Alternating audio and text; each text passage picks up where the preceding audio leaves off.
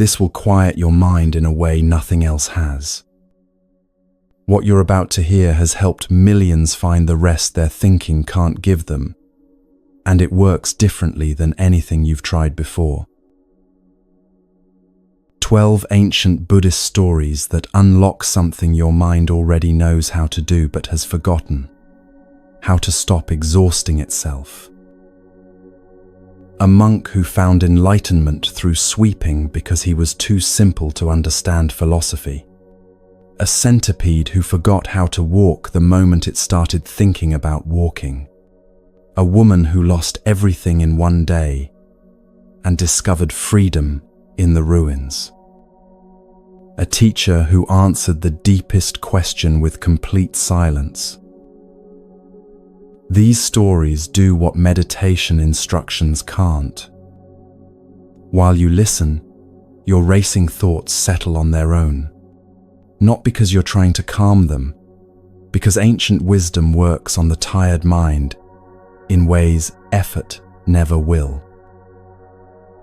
This works even if you've never meditated, even if your mind never stops, even if every relaxation technique has failed you. The Buddha said, "The mind is difficult to subdue, ever swift, seizing whatever it desires. A tamed mind brings happiness." In the next 3 hours, you'll discover how, not through force or discipline, but through stories that let your exhausted mind finally rest. As these stories unfold, you'll feel the shift happening. Your breathing will deepen. The tension in your body will release. That exhausting mental noise will finally quiet down. Get comfortable now. Let your body settle completely. Take one full breath in and let it go. Your rest begins here.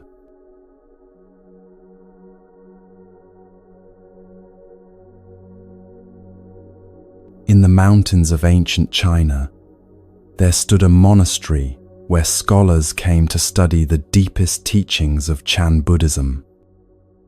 The halls echoed with debates about emptiness, discussions of sutras, analysis of koans that had puzzled monks for centuries. Intelligence was currency here. Quick minds were celebrated. The sharper your understanding, the more respect you commanded. Among these brilliant students lived a young monk, the others called Simple Hui. Not to his face, they weren't cruel, but behind his back, with a mixture of pity and exasperation, that's what they whispered. Simple Hui. Because no matter how the teachers explained the Dharma, no matter how many times the abbot broke down complex ideas into smaller pieces, Hui simply couldn't grasp them. When the master taught about the nature of emptiness, the other monks nodded with comprehension, asked penetrating questions, demonstrated their understanding through eloquent responses. Hui sat in the back, his face twisted in confused concentration, unable to follow even the basic thread of reasoning. When they studied the Heart Sutra, memorizing its verses and unpacking its meaning, the others recited flawlessly after a few repetitions. Hui stumbled over the words, mixed up the lines, forgot what he'd just heard moments before. The abbot watched this young monk struggle for months. He saw Hui's genuine effort, the way he showed up to every teaching session, the sincerity in his eyes, even when understanding eluded him completely. Other teachers suggested perhaps monastic life wasn't Hui's path. Maybe he should return to his village, take up a trade more suited to his abilities. But something made the abbot pause. One morning, after Hui had failed yet again to grasp a teaching that even the newest students understood easily, the abbot called him aside. "Hui," he said gently, "I'm giving you a different practice." The young monk's face brightened with hope. Perhaps this new practice would finally be something he could understand. "You will sweep the courtyard," the abbot continued. "Every morning at dawn, you will sweep the stones clean. Just this. Nothing more." Hui bowed, accepting this task. He assumed it was temporary, a simple duty, while the abbot figured out how to help him learn the real teachings.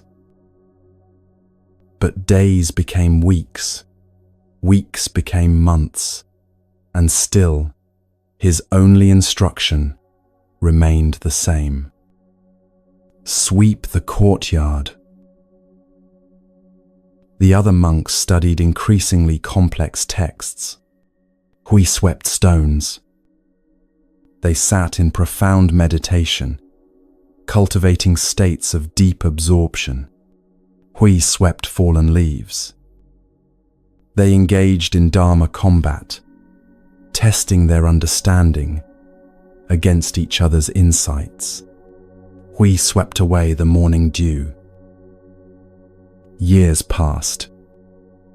The brilliant students came and went, many achieving recognition for their understanding, some leaving to teach at other monasteries, a few giving up when the practice became too demanding. Hui remained, sweeping the same courtyard, following the same simple instruction he'd received a decade ago. 20 years became 30. 30 became 40. The young monks who arrived now had never known a monastery without Hui and his broom. He was simply part of the landscape, the simple one who swept, who couldn't understand the teachings, who had found his place, doing a task anyone could do. But something had happened during those 40 years, something none of the scholars noticed because they were too busy analyzing, discussing, and debating to see what was right in front of them.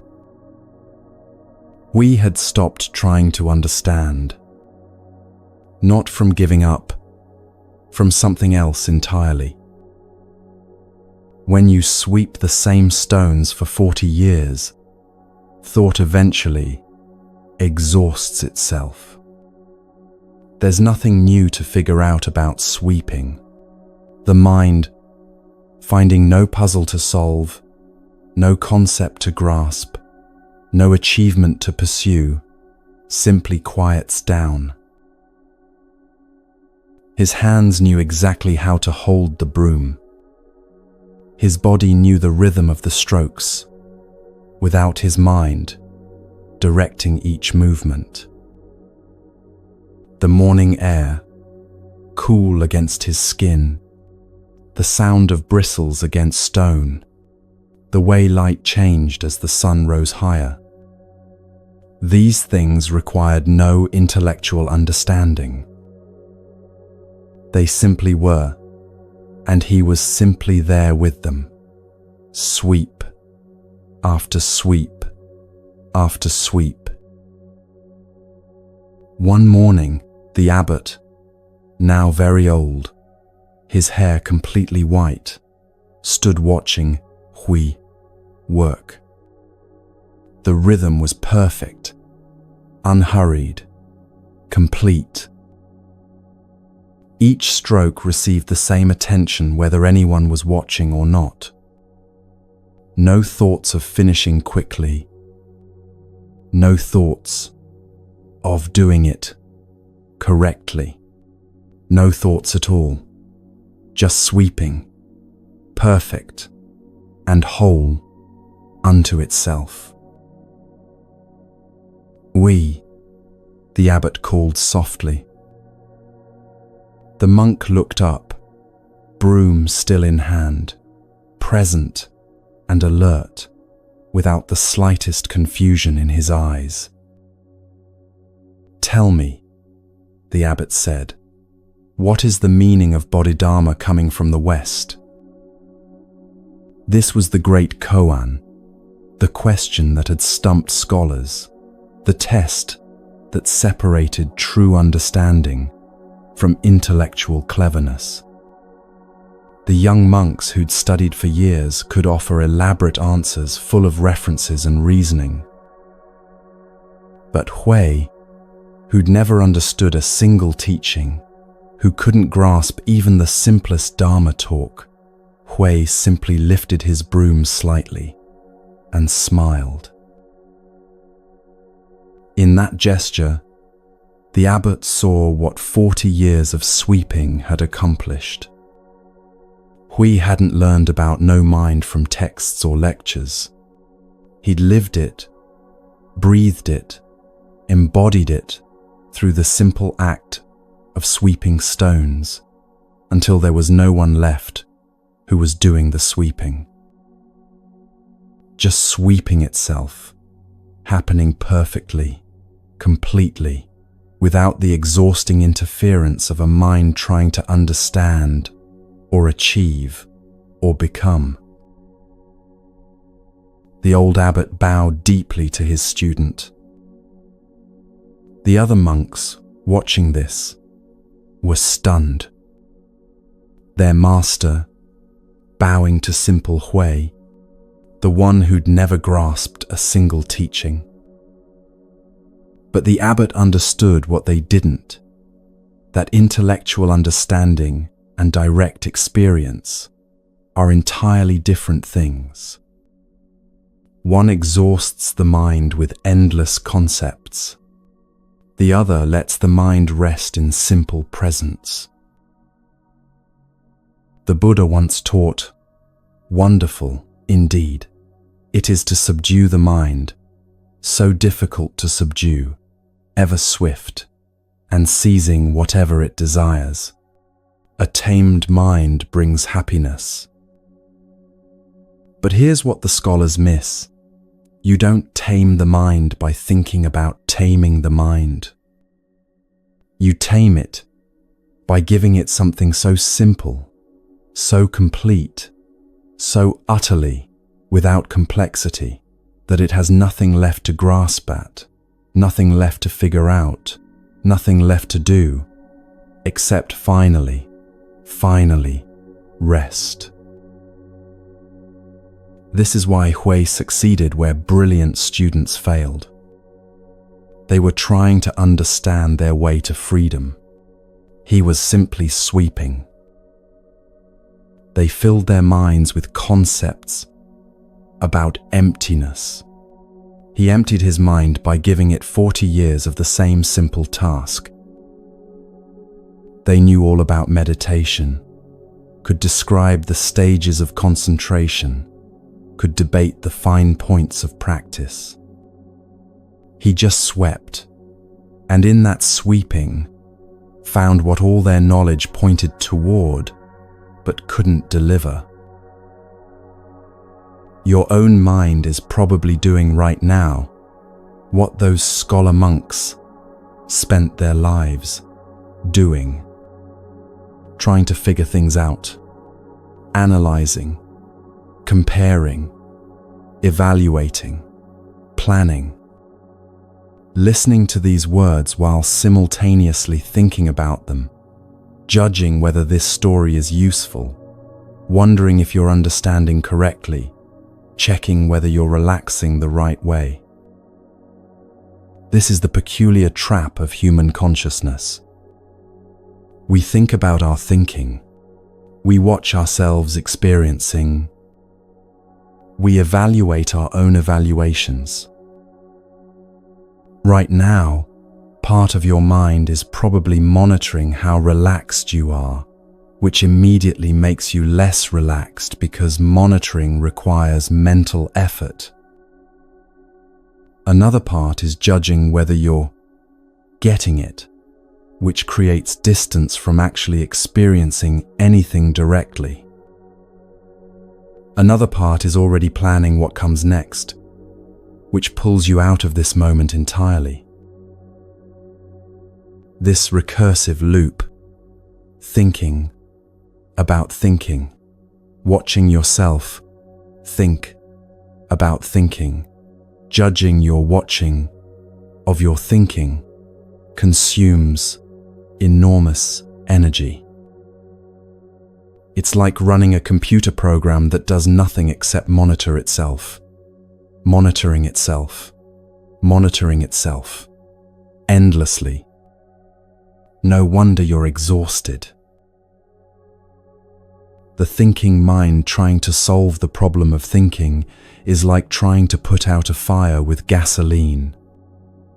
More thinking doesn't quiet thinking. It just creates more to think about.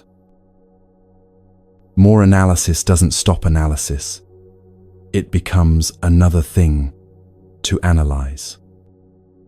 More techniques for calming the mind just give the mind more techniques to worry about doing correctly. But here's what Hui discovered. Through 4 decades of sweeping, your body already knows how to rest. It doesn't need instructions or understanding or techniques. When you give it something simple enough, concrete enough, immediate enough, the thinking mind has nothing to grab onto. It can't analyze sweeping for 40 years because there's nothing there to analyze. It can't figure out the right way to sweep because there's just sweeping happening, complete in itself. This isn't about becoming simple or giving up intelligence. It's about recognizing that intellectual understanding and direct experience are different paths, and sometimes the smartest thing the thinking mind can do is stop trying to think its way to peace. Those brilliant scholar monks knew everything about Buddhism. They could explain emptiness, discuss non-attachment, describe meditation states with precision. But knowing about rest and actually resting are not the same thing. Knowing about freedom and being free are entirely different. And sometimes, perhaps most times, the direct path is the one that bypasses knowing altogether. When your mind stops trying to figure everything out, something remarkable happens. Not dramatic, not special, just the quiet recognition that you don't need to understand everything to experience it fully. You don't need to analyze peace to feel it. You don't need to master rest to rest. You just need to stop making it complicated. Hui spent 40 years with a broom, and in that simplicity, found what decades of complex study couldn't deliver. What's your broom? What's the simple, immediate, utterly non-complex thing your thinking mind has been overlooking because it seems too ordinary to matter? Maybe it's the rhythm of your breathing right now. Maybe it's the weight of your body against whatever surface holds you. Maybe it's the simple fact of being here, listening, without needing to understand or achieve or become anything different than what you already are. The brilliant students thought Hui was too simple to understand the teachings. They were wrong. He was too simple for the teachings to complicate. And in that simplicity, in that 40-year sweep of stones with no one there trying to get somewhere, He found what all their complexity was pointing toward, but could never quite reach. But what if even the body's wisdom seems distant? What if you can't feel that natural intelligence that knows how to rest without being taught? The next story shows what happens when we lose touch with the automatic grace we were born with, and what that loss reveals about the thinking mind's interference.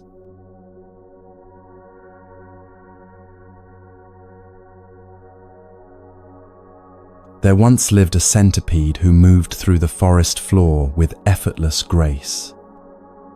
100 legs working in perfect harmony, flowing like water over rocks and roots and fallen branches.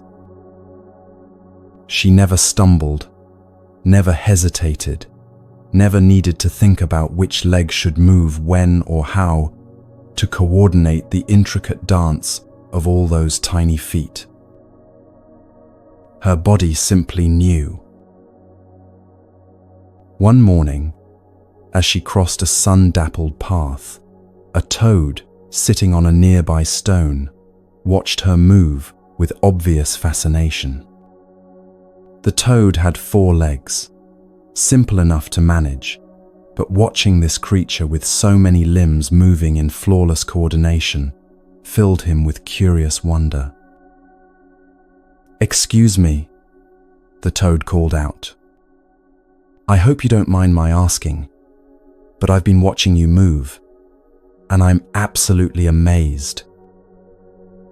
How on earth do you manage all those legs? Which one do you move first?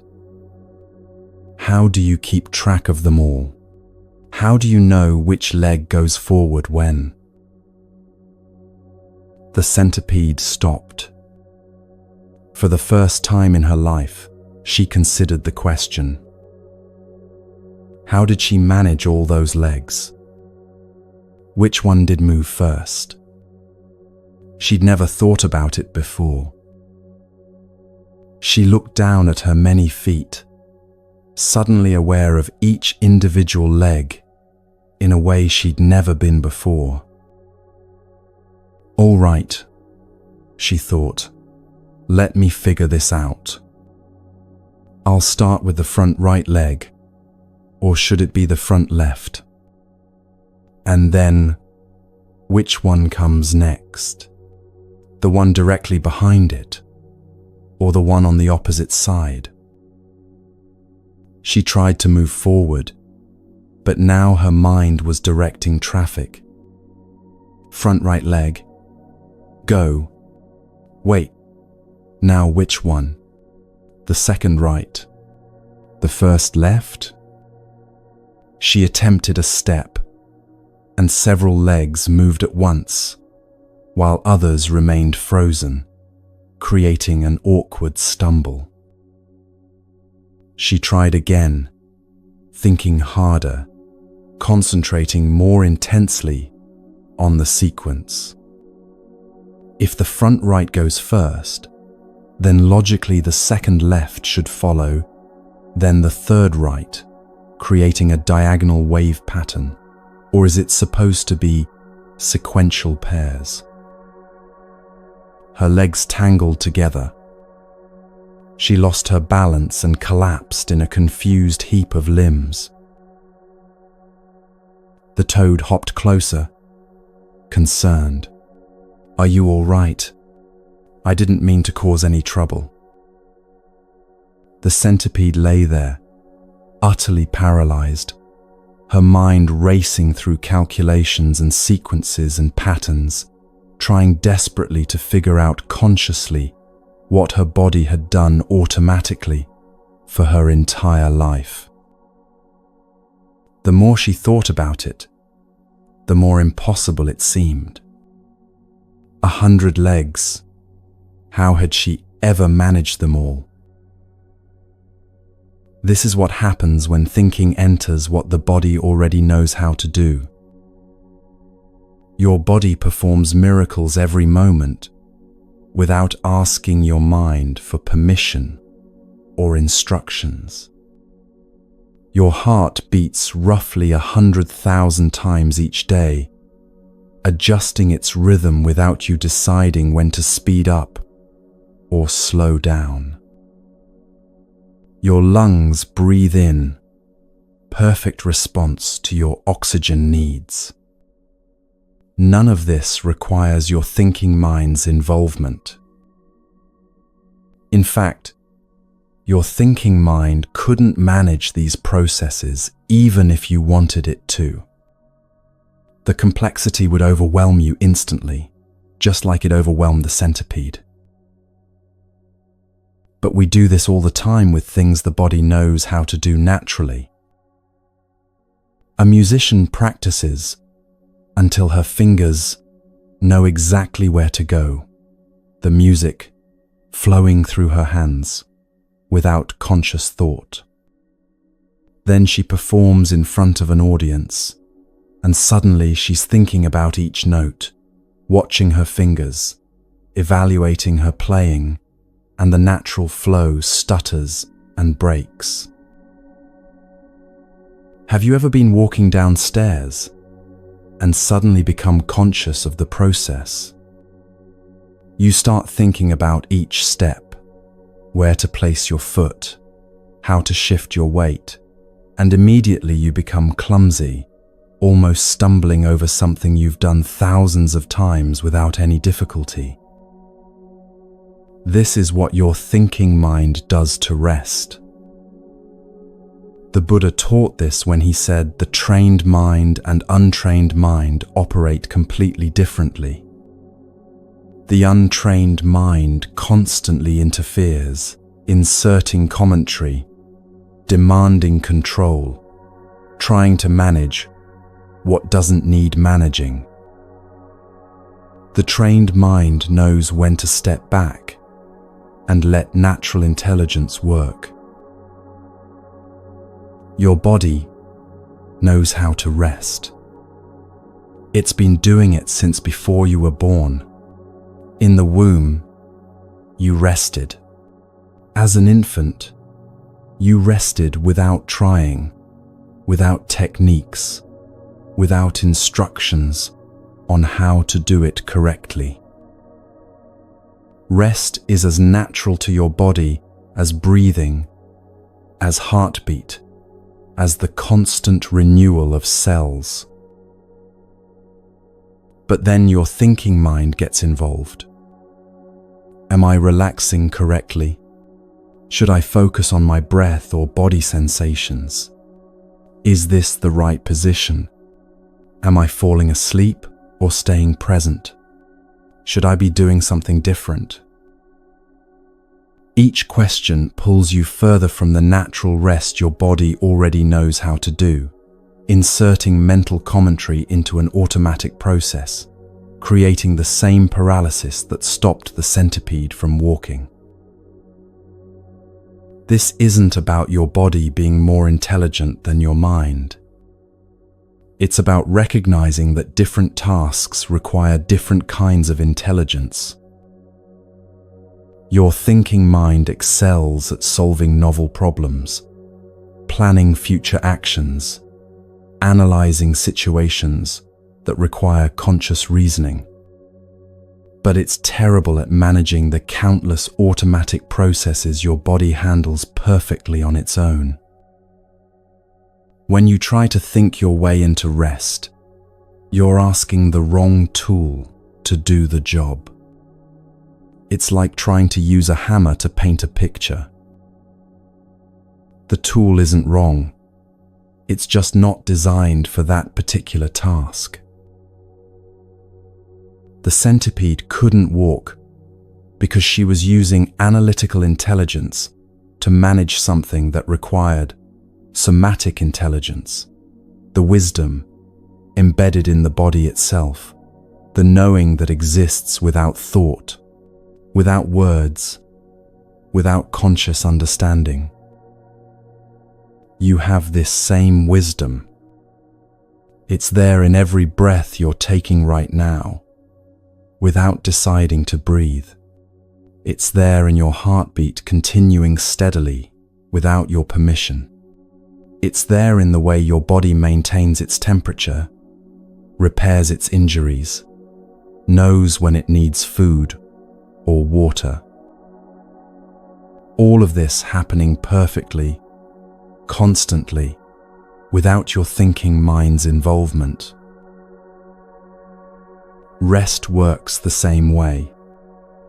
When you stop asking your thinking mind to manage it, when you stop trying to figure out the right way to do it, when you stop analyzing whether you're doing it correctly, your body remembers what it's always known. How to let go, how to release, how to simply be without working at being. The toad's innocent question paralyzed the centipede, not because the question was wrong, but because it pulled conscious attention into a process that works best without conscious attention. Your own mind does this constantly, pulling conscious attention into automatic processes, inserting analysis into natural flow, demanding understanding where simple doing is enough. But here's what the story reveals. The centipede wasn't actually broken when she couldn't walk. Her legs still worked perfectly. Her body still knew exactly what to do. The only thing blocking her natural movement was the thinking mind's insistence on understanding and controlling what had always worked fine without understanding or control. The moment she stopped trying to figure it out, the moment she let her analytical mind step back and her body's intelligence take over again, she walked. Not because she learned anything new, not because she finally understood the correct sequence, but because she stopped interfering with what her body already knew. Your tired mind isn't tired because something is wrong with you. It's tired because it's been trying to consciously manage things that work better without conscious management. It's been trying to think its way into states that emerge naturally when thinking stops trying so hard. Right now, your body knows how to rest. It's already doing it in 1,000 ways. Your breathing deepening slightly, your muscles releasing tension you didn't know you were holding, your nervous system shifting toward calm. None of this requires your thinking mind's help. In fact, the more your thinking mind tries to help, the more it interferes with what's already happening naturally. Sometimes the deepest truths require no words at all. No explanation, no analysis, no verbal understanding, just direct recognition that bypasses thought entirely. The next story takes us to a moment when the Buddha himself taught this way, pointing to truth through silence rather than speech, showing that what cannot be said is sometimes more powerful than anything words could convey.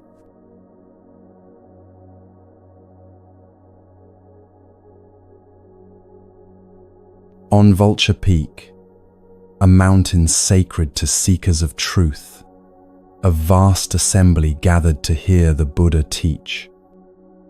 Thousands of monks sat in neat rows, their robes the color of earth and saffron, their faces turned upward with anticipation. Lay followers crowded the outer edges, hoping to catch even a few words of wisdom from the awakened one.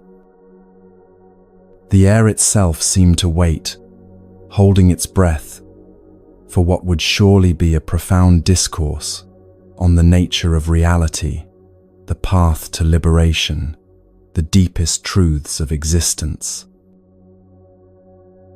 These gatherings were known across the land. The Buddha's teachings could last hours, sometimes days, as he carefully unpacked the Dharma through stories, analogies, logical reasoning, and patient explanation. His words had the power to transform lives, to shift perspectives so completely that people walked away, seeing the world with entirely new eyes. Today's crowd had traveled from distant villages, some for many days, to hear whatever teaching he would offer. The Buddha took his seat on the teaching platform. The assembly fell silent. 10,000 pairs of eyes watching, 10,000 minds ready to receive his words, to analyze them, to memorize them, to carry them back to their communities and share what they had learned. Scribes prepared to record every syllable. Senior disciples leaned forward, ready to ask clarifying questions if needed. The newest students sat with notebooks, determined not to miss a single insight. The Buddha reached down beside his seat and picked up a single white lotus flower. He held it up, turning it slowly so the assembly could see it from all angles. The pure white petals, the golden center, the green stem still dripping with water from the pond where it had been growing just hours before. Then he simply sat there, holding the flower, saying nothing. The silence stretched. 1 minute, 2 minutes, 3. The assembly began to shift uncomfortably. Surely the teaching would begin soon. Surely this was just a dramatic pause before he launched into an explanation of what the flower represented. Purity, perhaps, or the unfolding of enlightenment, or the beauty that grows from muddy water. But the Buddha remained silent, simply holding the flower, his eyes soft and present, a slight smile playing at the corners of his mouth. 5 minutes passed. 10. The crowd grew restless.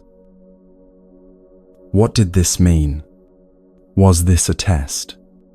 A riddle they were supposed to solve? Minds raced, trying to figure it out, trying to extract meaning from the silence, trying to understand what the flower was meant to teach them. Some students thought it must be about impermanence. The flower would wilt and die, showing the transient nature of all things. Others thought it represented Buddha nature, the inherent purity that exists in all beings, despite growing in the mud of suffering.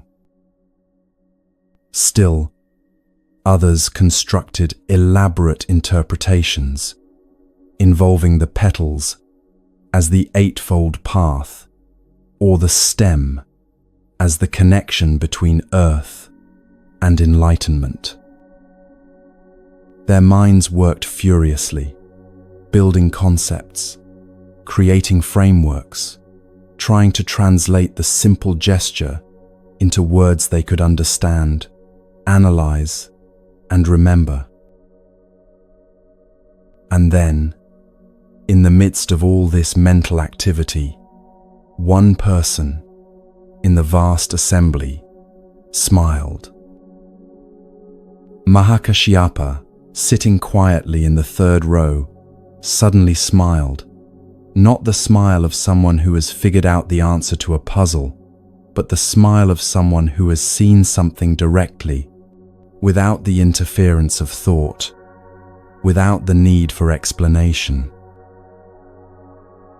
The Buddha saw this smile and nodded. I have the treasure of the true Dharma I, the marvelous mind of nirvana, the true form without form, the subtle gateway of the Dharma. It does not depend on words and letters, but is a special transmission outside the scriptures. This I entrust to Mahakashyapa. The assembly was stunned. What had just happened? What had Mahakashyapa understood that they had missed? They had all seen the same flower, heard the same silence. What was there to get? But that was exactly the point. There was nothing to get, nothing to figure out, nothing to translate into concepts and carry away in the mind's filing cabinet of spiritual knowledge. Mahakashyapa hadn't understood the flower. He had simply seen it, directly, completely, without his thinking mind inserting itself between his awareness and the actual living presence of white petals, golden center, green stem. While everyone else was busy trying to understand what the flower meant, Mahakashyapa had simply met the flower as it was, and in that direct meeting, without words, without concepts, without the exhausting work of interpretation, he touched what the Buddha was pointing toward. This is what happens when we stop trying to translate everything into language. Right now, you're hearing these words, and your mind is probably doing what the assembly did, trying to understand, trying to figure out the lesson, trying to extract meaning that you can grasp and hold on to. This isn't wrong. Words have their place, but they can also become a barrier between you and direct experience. Think about the last time you saw something truly beautiful, a sunset maybe, or a child's face lit up with joy, or a moment of unexpected grace. What did your mind do? Probably started narrating immediately.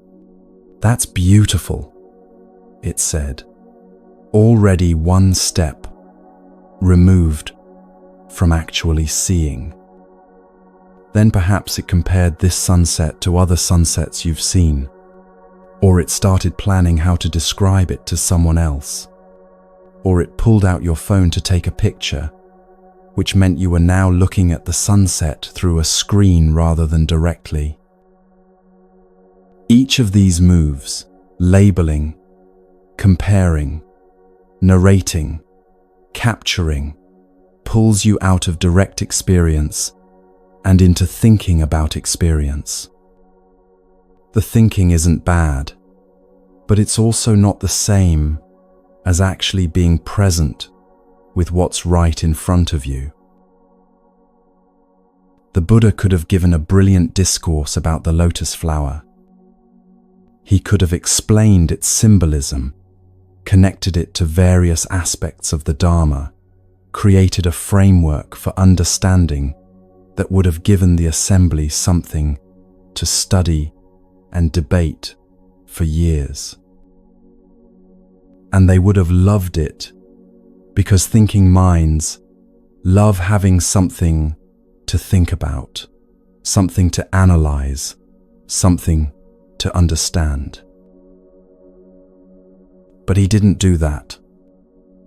He just held up the flower, because some truths cannot be spoken, not because they're mysterious or hidden, but because the moment you put them into words, you've already moved away from the direct experience they're pointing toward. There's an intelligence that recognizes truth before thought labels it. You know this intelligence You use it all the time, without realizing it. A baker's hands know when dough is ready. Not because the baker is thinking about gluten development and hydration ratios, but because 10,000 batches have taught her hands to feel the exact texture, the subtle resistance, the way properly developed dough responds to pressure. She knows through her hands, directly, before any words form in her mind. A musician's fingers find the right notes without conscious direction. Her hands have practiced so many times that they know the geography of the instrument better than her thinking mind could ever map it. The music flows through her fingers, not because she's thinking about which key to press next, but because her body has learned the language of melody and her hands speak it fluently. A woodworker feels how the grain wants to be cut. His hands recognize the wood's resistance, know when to apply more pressure and when to ease back, sense the difference between working with the material and fighting against it, all without verbal thought, all through direct physical knowing. This is the same kind of knowing Mahakashyapa had when he saw the flower. Not conceptual understanding that can be explained in words, but direct recognition that bypasses language entirely. Your hands have been practicing this all along. Every time you've caught something without thinking about it, every time you've adjusted your balance automatically, every time you've known something through physical sensation rather than mental analysis, that's your body's intelligence working without words.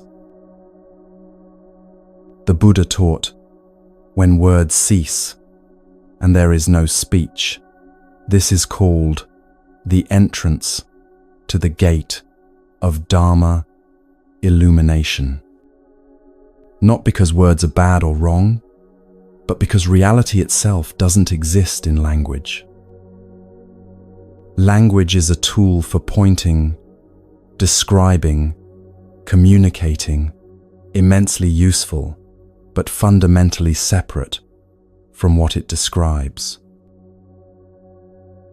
You can read 100 descriptions of what an apple tastes like, memorize elaborate vocabulary about its sweetness, tartness, and texture, but none of those words are the actual experience of biting into an apple.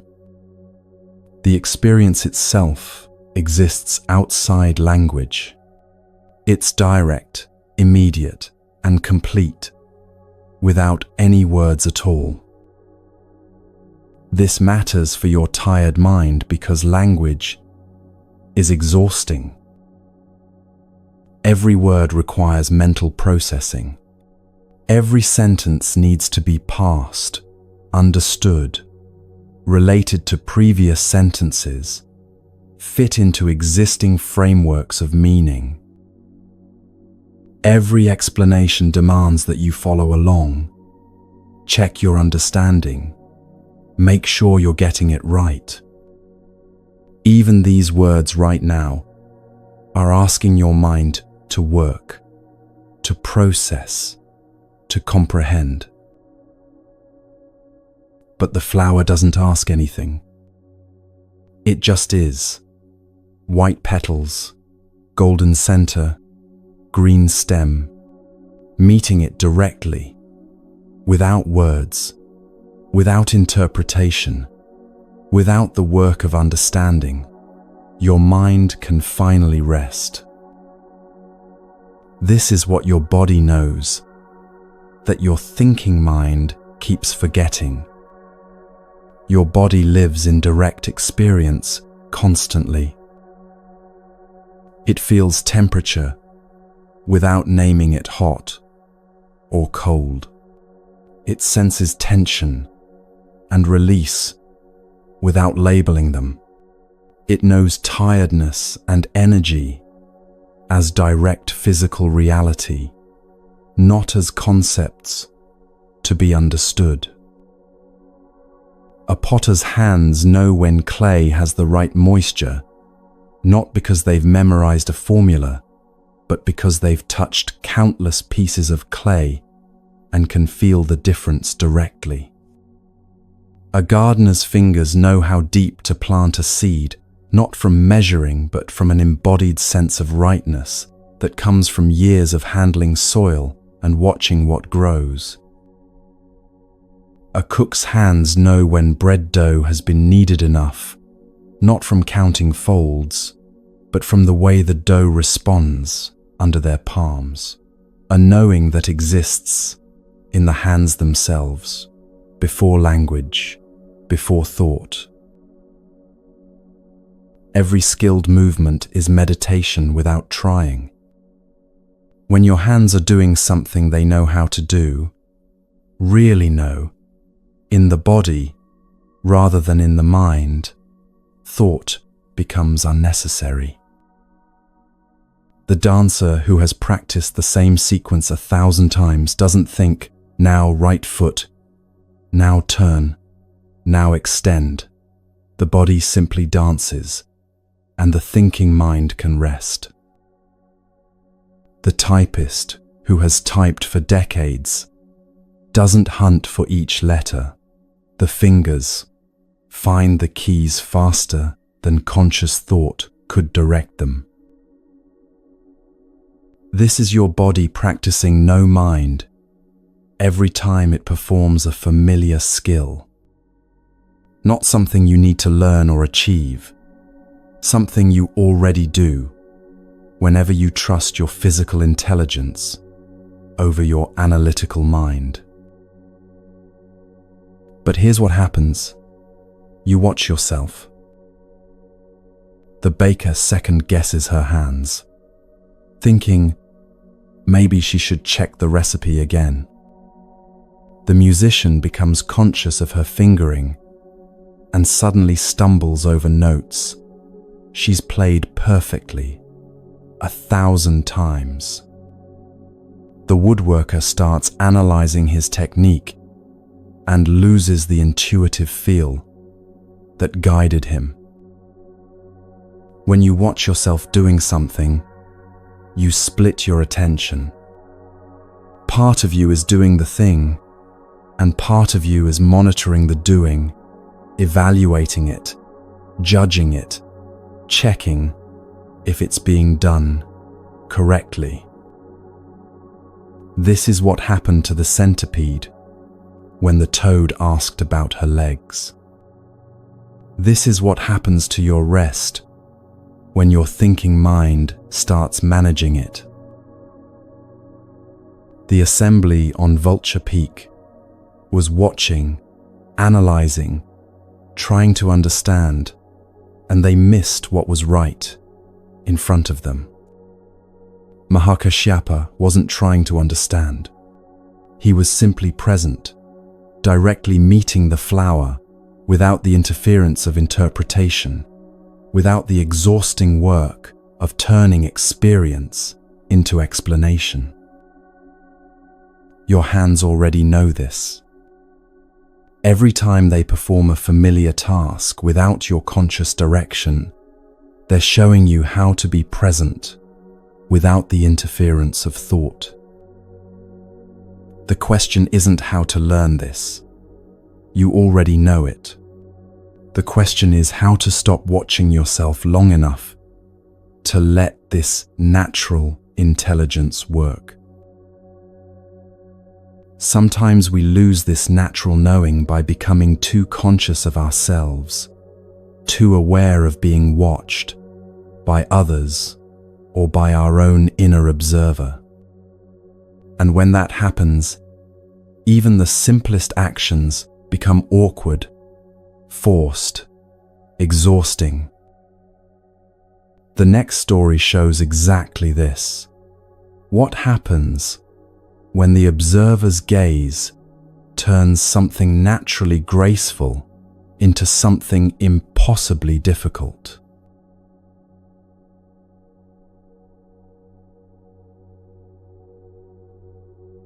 Sona was born without sight. He entered the world the way all infants do, crying, breathing, hungry for milk. But his eyes never registered the faces leaning over him, never tracked movement across a room, never learned to distinguish his mother's features from shadows on the wall. Darkness was not something he experienced as the absence of light. It was simply the way his world was, complete and whole, requiring no comparison to anything else. As a child, he learned to navigate through sound and touch, and the subtle vibrations that sighted people never notice, because their eyes give them information first. He knew his mother's approach by the particular rhythm of her footsteps, could distinguish his father's breathing from his brother's, felt the warmth of sunlight on his skin without needing to see its source. His world was rich with texture, temperature, sound, and sensation. A complete reality that never felt limited because he'd never known it any other way. When he heard about the Buddha's teaching, something in those words spoke to him. Not because he could see some vision of enlightenment, but because the Dharma described a way of knowing that matched how he already experienced life, directly, through immediate contact, without the interpretations that eyes so often impose. He went to the monastery and asked to become a monk. The other monks exchanged uncertain glances. How could someone who couldn't see learn the Dharma? How would he read the texts, observe the proper forms, navigate the practices that seemed to require sight at every turn? But the Buddha welcomed him without hesitation. The Dharma is not found in texts alone, he said. It's found in direct experience, which Sona already knows intimately. The teaching began not with scrolls or visual demonstrations, but with sound. A senior monk would speak the teachings aloud, slowly, clearly, and Sona would listen with an attention that sighted students rarely achieved. When others' eyes wandered to movements in the room, to the play of light through windows, to the faces of fellow students, Sona's full awareness rested in the words themselves, their meaning, their rhythm, their subtle implications. He learned the Four Noble Truths through feeling them in his own experience. Suffering, he knew it not as a concept, but as the actual sensation of discomfort, frustration, the wanting things to be different than they were. The cause of suffering, he felt how his mind created stories about his blindness, wishing he could see, comparing himself to sighted monks, building elaborate narratives of limitation. The end of suffering, he experienced directly what happened when those stories quieted, when wanting ceased, when the mind simply rested in what was actually present rather than what it imagined should be present. Touch became his primary teacher. His hands learned the textures of everything, the smoothness of polished meditation beads, the rough grain of wooden prayer wheels, the particular way robes folded, the shapes of offering bowls, the living warmth of another person's hand in greeting. Through touch, he understood impermanence directly. He could feel how everything changed, temperature shifting throughout the day, surfaces wearing smooth under repeated contact. his own body aging and transforming. Sound revealed patterns that sighted people missed entirely. He could hear the difference between someone walking with confidence and someone moving with uncertainty, between genuine laughter and polite performance, between words spoken from deep understanding and words merely repeated from memory. The quality of silence spoke to him. The silence after a profound teaching felt different than the silence of confusion, though sighted monks often couldn't tell them apart. Within 3 years, something shifted in Sona that the other monks could sense, even if they couldn't quite name it. He carried a quality of complete presence that even senior practitioners envied.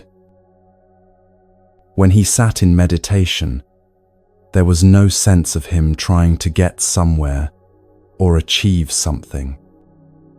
He was simply there, fully, his attention not divided by visual distractions, not pulled toward what he could see in the distance or what might be happening across the room. The Buddha recognized what had happened. Sona had become an arahant, one who has fully awakened, whose mind no longer creates unnecessary suffering, who lives in direct contact with reality as it actually is. But here's what surprised the other monks most. When they asked Sona to teach, expecting he would speak about accepting limitations or making the best of difficult circumstances, he said something completely different. Sight can be the greatest obstacle to seeing clearly, he told them. Your eyes show you surfaces and shapes, colors and movements, and your minds immediately create stories about what you're seeing. You see a person's face and decide they're happy or sad, trustworthy or suspicious, attractive or plain. You see an object and label it valuable or worthless, desirable or disposable. Your eyes give you so much information that your thinking mind never stops interpreting, never rests from the work of making sense of everything you see. He was right. The sighted monks realized how their eyes constantly fed information to their thinking minds, which then worked tirelessly to organize, categorize, judge, and respond to everything they saw. Walking through a garden, their eyes took in hundreds of visual details every second: colors, shapes, movements, relationships between objects, and their minds processed all of it, creating an ongoing commentary about what they were experiencing. Sona walked through the same garden, and his experience was completely different. He felt the sun's warmth on his left cheek, heard birds calling from specific locations, smelled flowers whose fragrance shifted as breezes moved, sensed the ground's texture changing under his feet. His mind wasn't processing visual information or creating stories about what things looked like. It simply rested in direct sensory contact with what was actually present. This is what the Buddha meant when he taught about direct knowing versus conceptual knowing. Direct knowing happens through immediate contact, the way your hand knows hot when it touches a flame, the way your tongue knows sweet when it tastes honey, the way your body knows tired without needing to think about what tiredness means. This knowing doesn't require words or concepts or explanations. It's complete in itself, instant, and accurate. Conceptual knowing happens through the thinking mind's interpretation of experience. You see fire and your mind thinks dangerous or beautiful or useful for cooking, all concepts layered on top of the direct experience of light and heat. These concepts aren't wrong, but they're also one step removed from the actual reality you're encountering. And maintaining all these concepts, all this ongoing interpretation, exhausts the mind. Sona's blindness forced him to rely on direct knowing because he couldn't access the visual information that usually triggers conceptual interpretation. He couldn't see someone's face and make assumptions about their character. He had to encounter them directly through tone of voice, quality of presence, the way they moved and spoke and related. He couldn't see an object and immediately categorize it as beautiful or ugly, new or old, expensive or cheap. He had to meet it through touch, weight, texture, direct properties, rather than visual interpretations. This is why we use the word insight for deep understanding, even though seeing has nothing to do with it. Real insight isn't visual. It's direct knowing that bypasses the eyes entirely, bypasses all conceptual thinking, and contacts truth immediately. Sona had this insight, not despite his blindness, but in many ways because of it. When one sense is removed, the others intensify. This isn't just about hearing becoming sharper or touch becoming more sensitive, though both of those happen. It's about attention itself becoming more focused, less divided, more capable of resting in single-pointed awareness rather than scattering across multiple inputs simultaneously. You can experience this yourself right now. Close your eyes for a moment and notice how your awareness of sound immediately sharpens. You hear things that were present all along but that your visual attention was drowning out. The hum of electronics, distant voices, your own breathing, the settling of the building around you. Without visual input demanding constant processing, your mind has space to receive other information more fully. The Buddha taught, that which is directly experienced is grasped fully. That which is conceived is only partially known.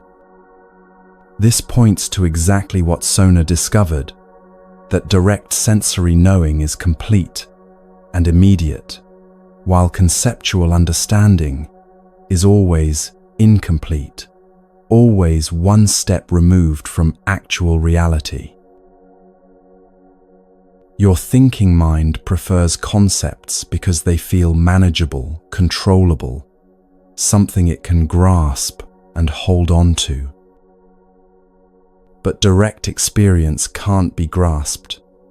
It can only be met in the moment it's happening. The warmth of sun on your skin right now isn't a concept you can file away and think about later. It's a reality you're experiencing now, or not at all. This is why Sona's teaching freed so many monks from the exhaustion of constant mental interpretation. He showed them that you don't need to understand everything you experience. You don't need to label it, categorize it, Figure out what it means or how it fits into your conceptual framework. You can simply be present with the direct knowing that happens through your senses before thought begins its commentary. Your body does this naturally all the time. Your skin knows temperature without thinking, "This is 72 degrees." Your ears know sound without thinking, "This frequency is 440 hertz." Your nose knows fragrance without thinking, "This is the molecular structure of rose oil." All of this direct knowing happens instantly, completely, accurately, and it requires zero mental effort. The exhausting part is what comes after, the thinking mind's insistence on interpreting, explaining, relating this direct experience to everything else it knows, building elaborate conceptual structures on top of simple sensory reality. Sona lived in direct knowing because his blindness gave him no choice. But you have this same capacity. Right now, your body is providing direct knowing about everything it's touching, hearing, feeling. The question is whether your thinking mind will let you rest in that direct knowing, or whether it will immediately start its interpretive work, building concepts and stories that pull you away from immediate reality. Insight, real insight, the kind that frees the mind from its exhausting patterns, comes not from seeing more, but from resting in the direct knowing that's always available beneath conceptual interpretation. This is what Sona taught, and this is what his blindness paradoxically allowed him to see more clearly than those with perfect vision. Yet so often we freeze when observed, losing the natural flow of direct knowing the moment we become conscious of being watched. The next story reveals exactly this, how the observer's gaze, whether from others or from ourselves, can paralyze what moves perfectly when left alone.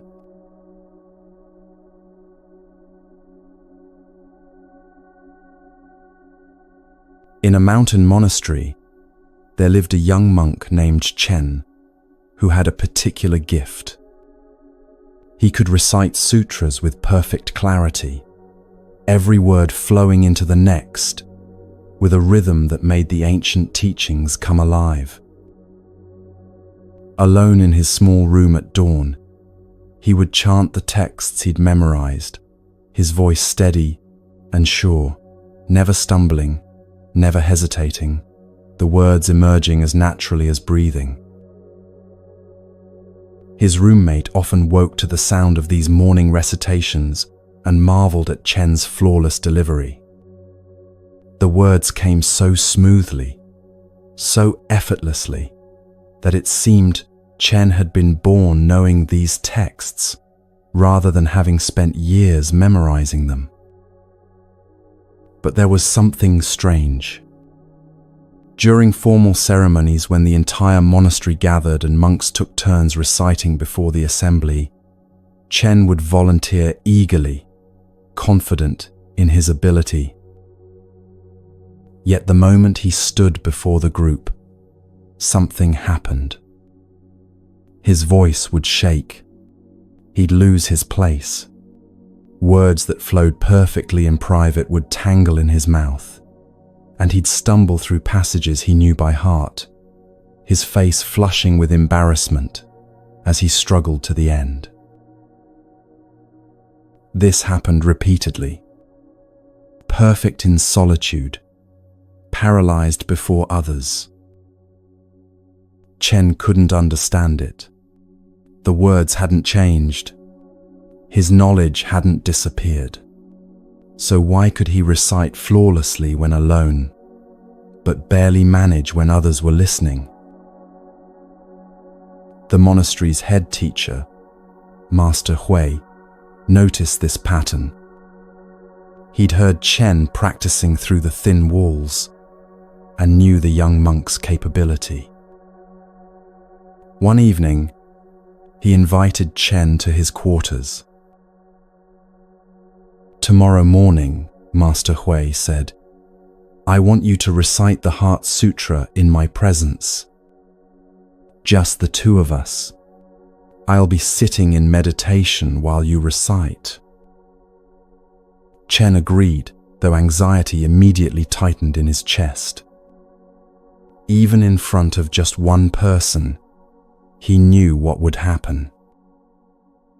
The next morning, Chen entered the master's room.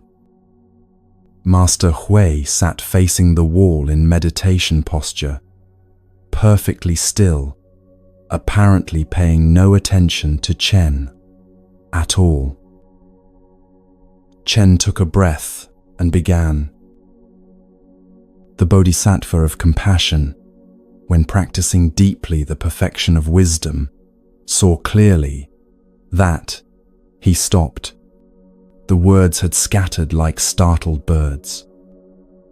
He knew the next line perfectly. He'd recited it flawlessly yesterday morning alone. But now, knowing Master Hui was listening, even with his back turned, Chen's mind went blank. He started again, made it 3 lines further, then stumbled. Started again, stumbled again. His perfect recitation had become a halting, awkward mess. Master Hui remained silent, unmoving, his back still turned. Chen felt the familiar shame rising. He was failing again, proving himself incapable, demonstrating his inadequacy right in front of the one person whose respect he most wanted. He tried harder, concentrating intensely on each word, which only made things worse. Then Master Hui spoke without turning around. "Chen, who is reciting right now?" The question was so unexpected that Chen forgot to be nervous for a moment. "I am, Master," he answered. "And who is listening to you recite?" "You are, Master." "And who else is listening?" Chen paused. "No one else is here, Master." "Look more closely," Master Hui said gently. "Who else is listening?" And suddenly, Chen saw it. He was listening, not just reciting, but simultaneously listening to himself recite, judging how he sounded, evaluating his performance, monitoring for mistakes, comparing this recitation to how it should sound. Part of him was speaking while another part was watching the speaking, criticizing it, anticipating failure, creating the very stumbling it feared. "I'm watching myself," Chen said quietly. "Yes," Master Hui replied. "And this watching, this is what tangles your words. When you recite alone, there's just reciting. When you recite before others, there's reciting, and also someone watching the reciting, judging it, trying to control it. This split divides your attention and fractures the natural flow." He continued, still facing the wall. "Now recite again, But this time, forget that I'm here. Forget that you're here. Let there be only the words themselves, arising and passing like clouds moving across the sky. Chen closed his eyes. He let his attention sink beneath the watching, beneath the judging, beneath the performance anxiety. Just words. Just sound emerging from silence and returning to silence. The Bodhisattva of compassion, when practicing deeply the perfection of wisdom, saw clearly that the 5 aggregates are empty. The words flowed. Each line emerged complete, natural, without effort or strain. Chen recited the entire sutra perfectly, and when he finished, he realized he'd completely forgotten Master Hui was there, forgotten to monitor his performance, forgotten to watch himself doing it. There had been only the recitation itself, whole and undivided. This is what happens when the watcher steps back. You have this watcher too, that part of your mind that simultaneously experiences and observes the experiencing, that lives your life while also monitoring how well you're living it.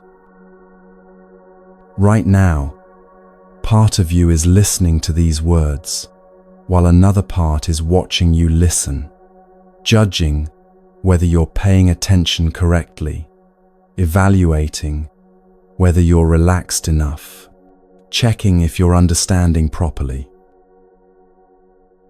This split happens constantly.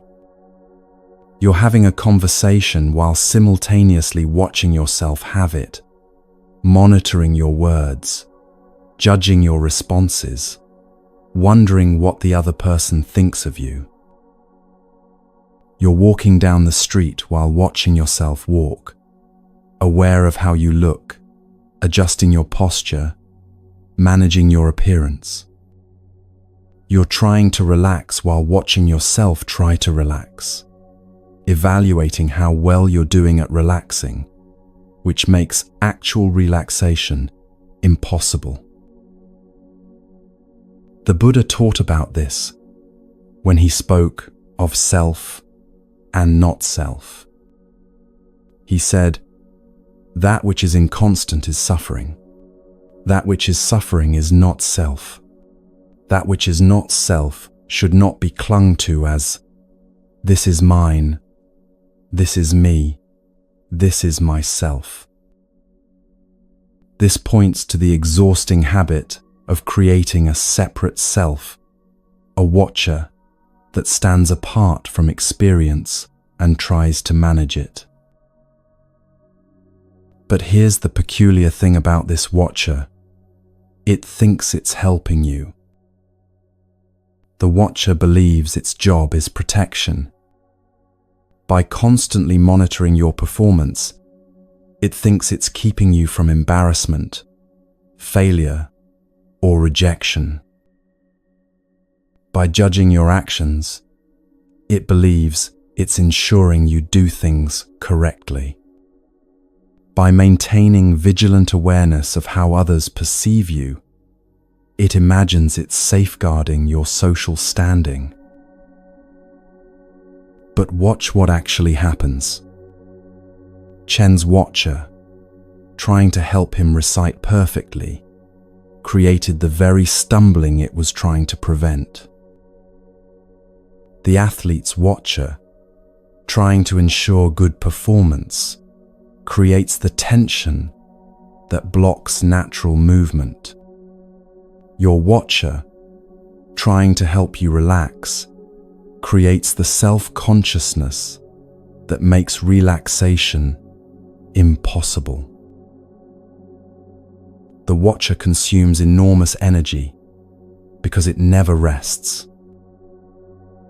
Even during sleep, it maintains some level of vigilance, which is why you wake up tired even after 8 hours of rest. It's constantly dividing your attention, part experiencing, part watching the experiencing, part judging the watching of the experiencing in an endless, recursive loop. This is why simple tasks become difficult when you're self-conscious. Walking is effortless until you're aware of being watched. Then suddenly, you're not sure what to do with your arms or whether your stride looks normal. Conversation flows naturally until you become conscious of being evaluated. Then every word feels forced and awkward. Even breathing becomes labored when you're monitoring it, trying to breathe correctly instead of letting breath happen on its own. The split between experiencer and observer creates exhaustion because you're essentially trying to be in two places at once, living your experience while simultaneously standing outside it, judging how well you're living it. No wonder you're tired. But here's what Master Hui understood and what Chen discovered in that moment of perfect recitation. The watcher isn't actually a separate entity. It's a habit of attention, a pattern the mind has learned, a way of relating to experience that can be set down. When Chen forgot Master Hui was there, forgot he was performing, forgot to monitor and judge and control, the watcher dissolved, not because he fought against it, but because his attention dropped beneath it entirely. There was just reciting happening, complete in itself, without anyone standing apart from it trying to manage how it was happening. This is what rest actually is. Not a state you achieve, but what naturally emerges when the watching stops. When there's no one monitoring whether you're resting correctly, no one judging your relaxation, no one maintaining vigilant awareness of how it's going, then rest simply happens. The way Chen's recitation simply happened when the watcher stepped back. You've experienced this yourself. Those rare moments when you're so absorbed in something that self-consciousness disappears entirely, maybe during a conversation that becomes so engaging you forget to monitor your words, or while doing something you love so much, you lose track of time and evaluation falls away completely. In those moments, the split between experiencer and observer collapses and you're simply present, whole, undivided. This wholeness isn't something you need to create or achieve. It's what's already there beneath the watching, beneath the judging, beneath the exhausting work of maintaining a separate observer who monitors everything. But sometimes, the watcher is so deeply entrenched, so habitual, that only something drastic can break its hold. Sometimes it takes total devastation, losing everything you thought protected you, for the watching to finally collapse. When everything falls apart, sometimes the watcher falls apart too, and what emerges from that breaking can be completely unexpected.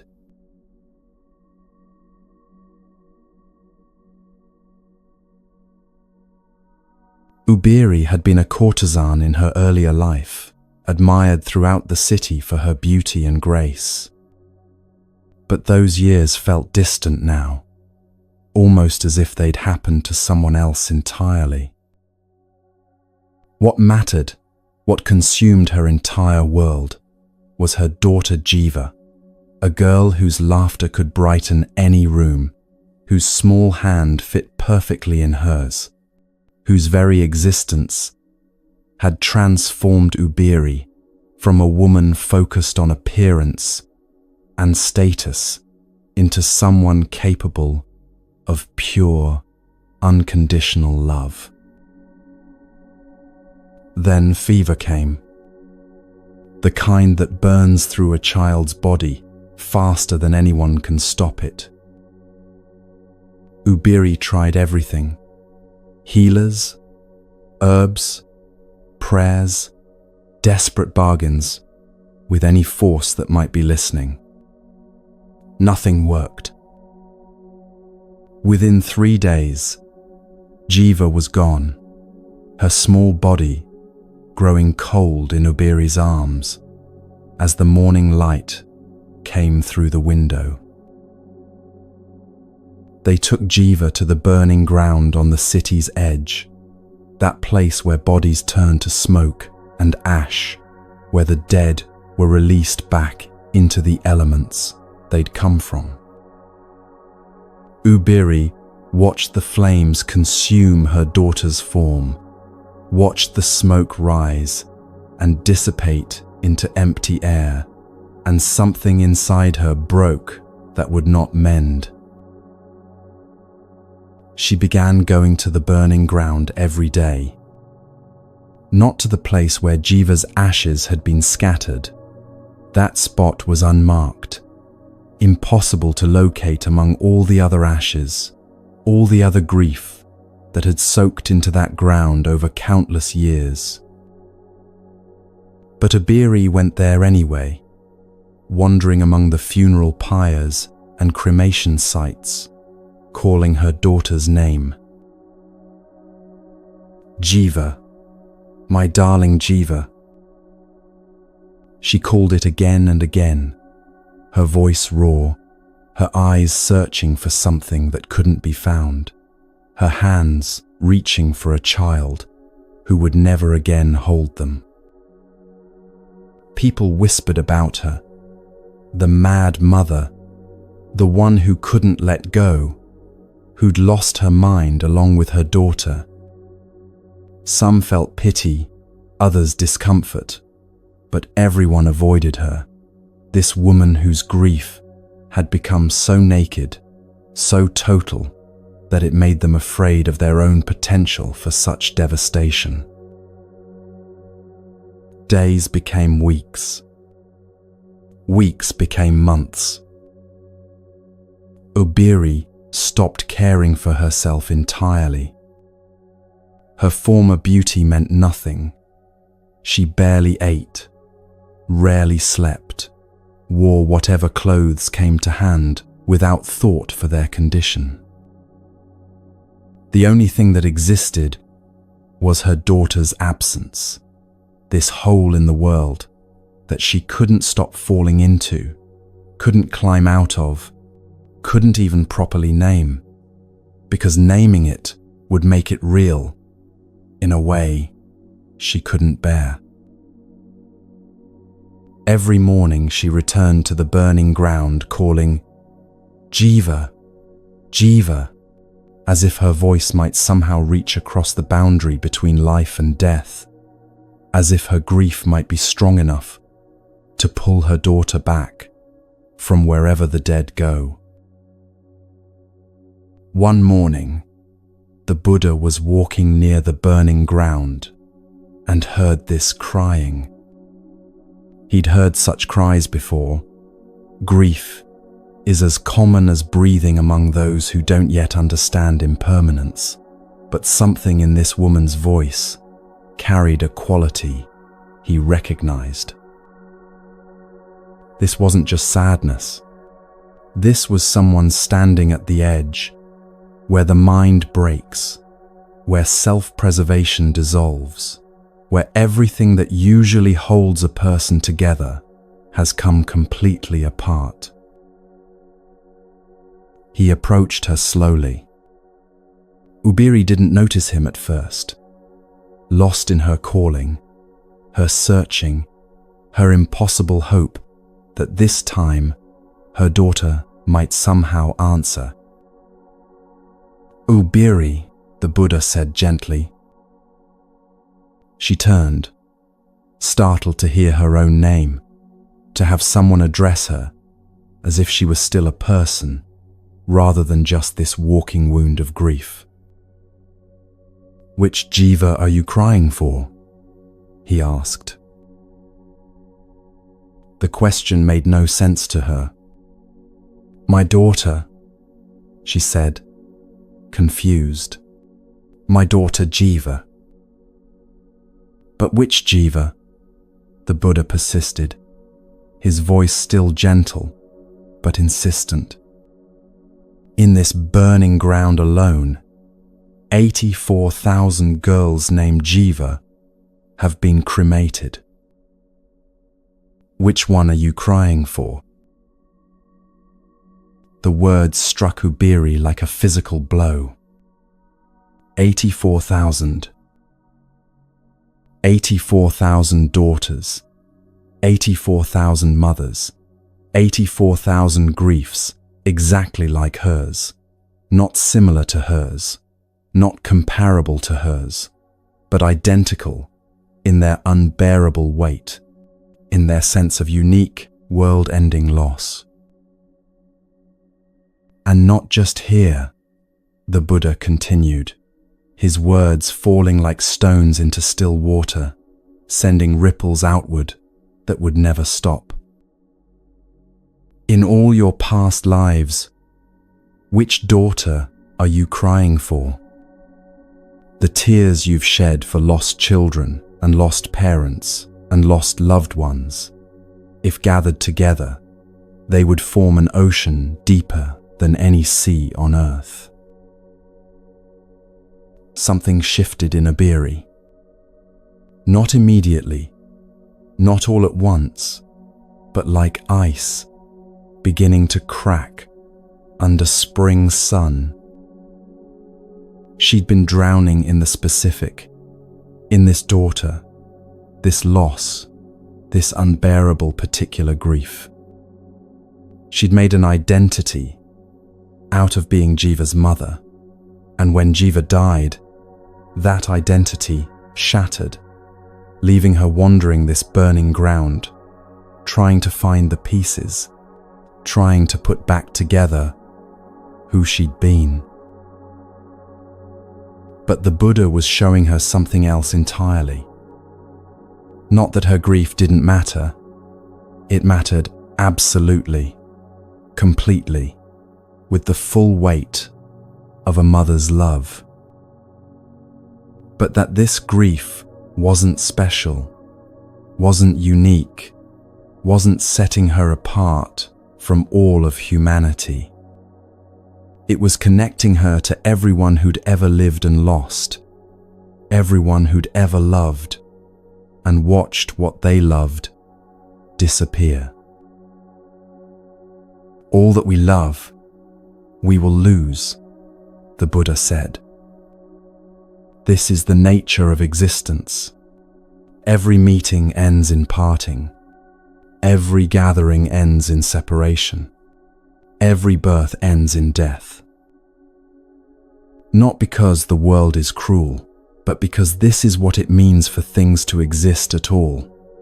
They arise, they change, they pass away." For the first time in months, Ubiri stopped calling her daughter's name.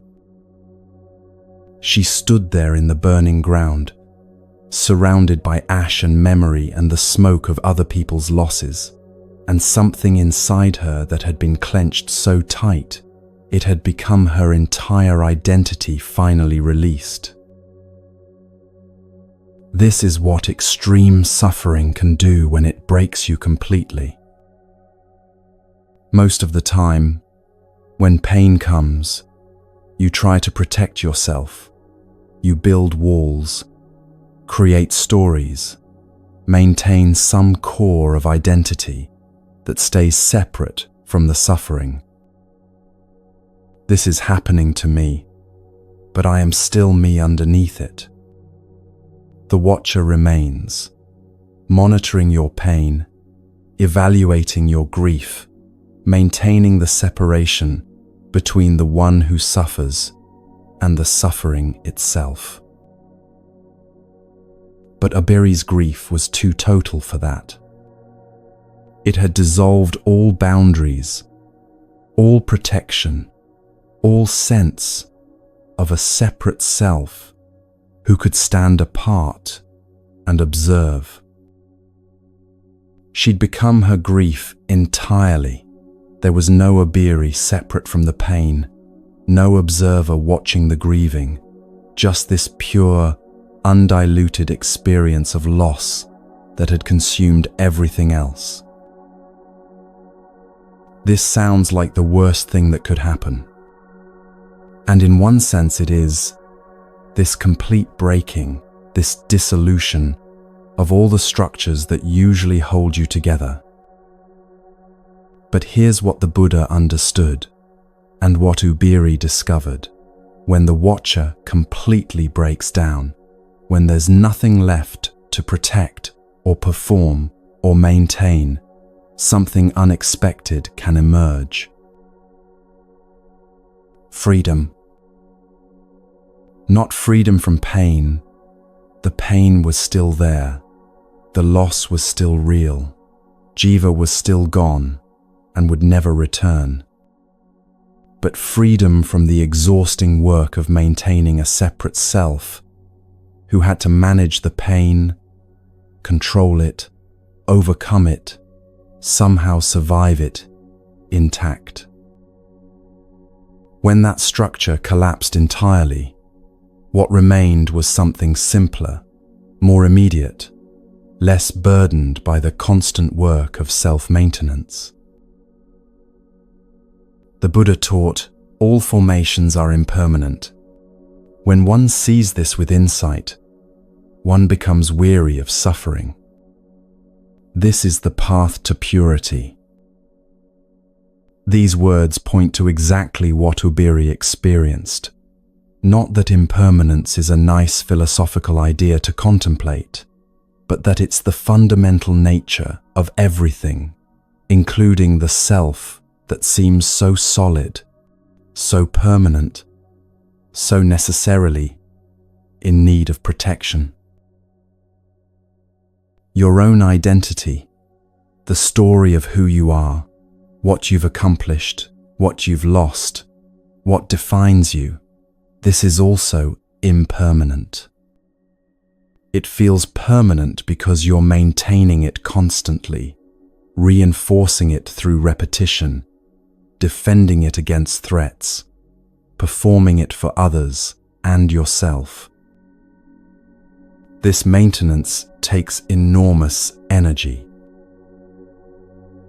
But when something breaks you so completely that you can't maintain it anymore, when grief or shock or devastation is so total that the usual structures of self-identity simply collapse, sometimes what emerges is a recognition that the self you were so carefully maintaining was always just a construction, always optional, always more exhausting than necessary.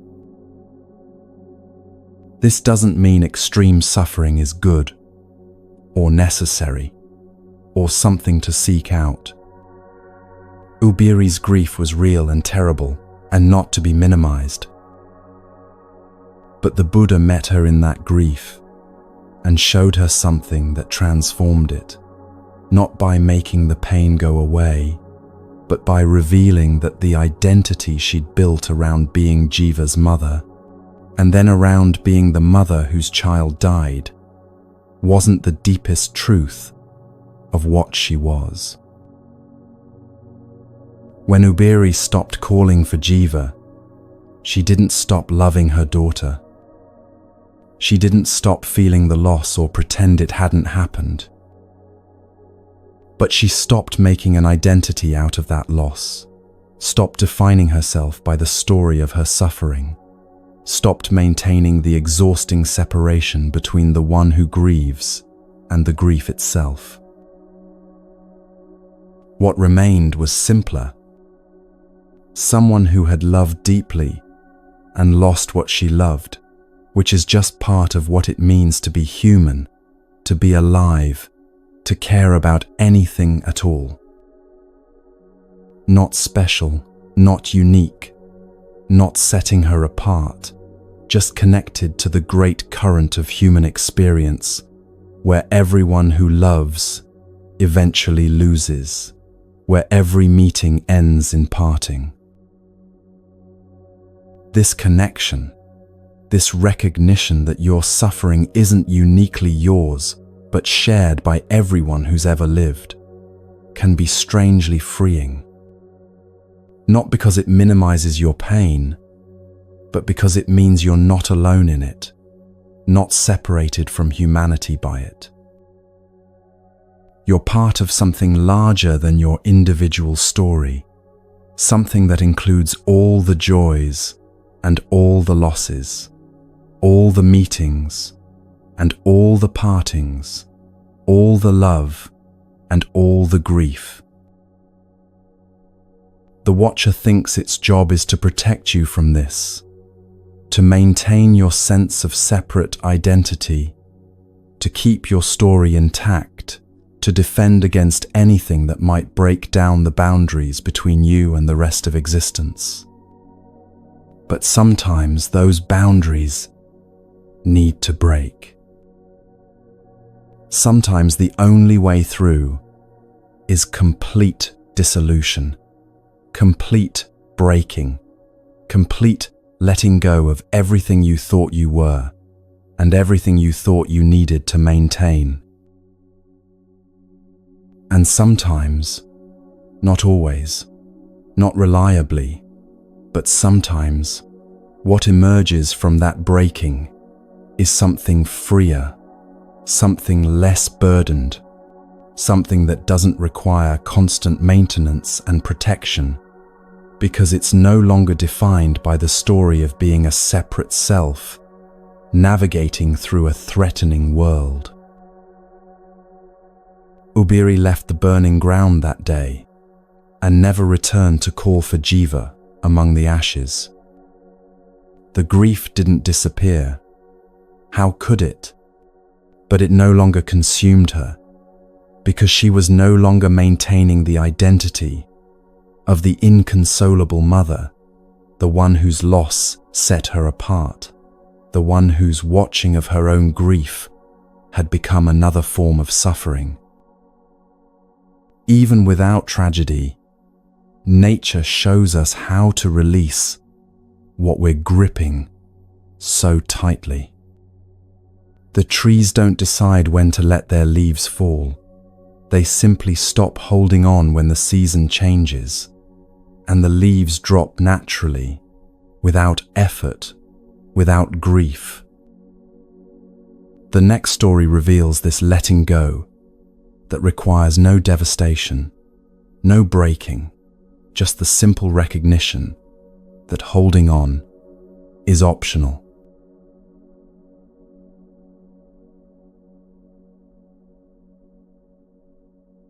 A young student came to Master Shitu's hermitage carrying a question that had tormented him for months. He'd tried every meditation technique his teachers had offered, studied texts on calming the mind, practiced concentration exercises until his head ached, but still, his thoughts never stopped. They came unbidden, one after another, an endless stream that gave him no peace. "Master," he said, bowing deeply, "I've come to ask for your guidance. No matter what I do, I cannot stop my thoughts. They arise constantly, pulling my attention in every direction. How do I make them stop? What technique will finally quiet my mind? It was autumn, and Master Shitu sat outside his hermitage under an old maple tree. The tree's branches spread wide overhead, still holding most of their leaves, though the season was turning.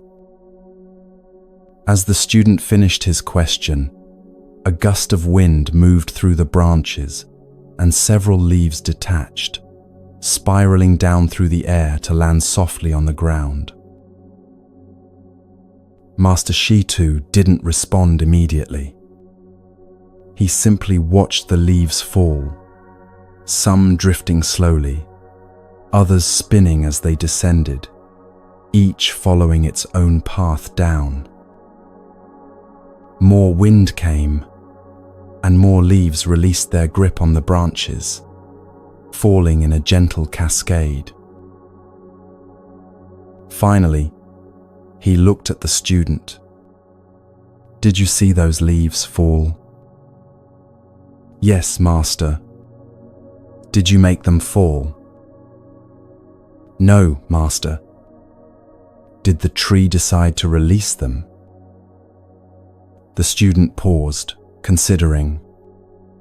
"I don't think so, Master. They just fell when the season changed and the wind blew." "And when they were on the branches," Shitu continued, "did the tree work hard to keep them there?" "No," the student said slowly. "They held on naturally until it was time to let go." Master Shitu nodded. "Your thoughts are like these leaves. They come when conditions are right for them to come. They stay for a while. They go when conditions are right for them to go.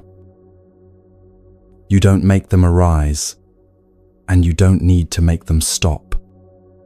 Trying to control thoughts is like standing under this tree, demanding that leaves stay on branches or fall on command.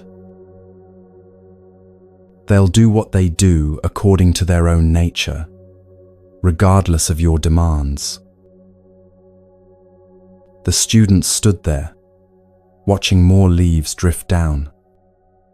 His whole practice had been built on the assumption that he needed to do something about his thoughts, stop them, control them, organize them, make them behave differently than they naturally did. But these leaves weren't being controlled by anything.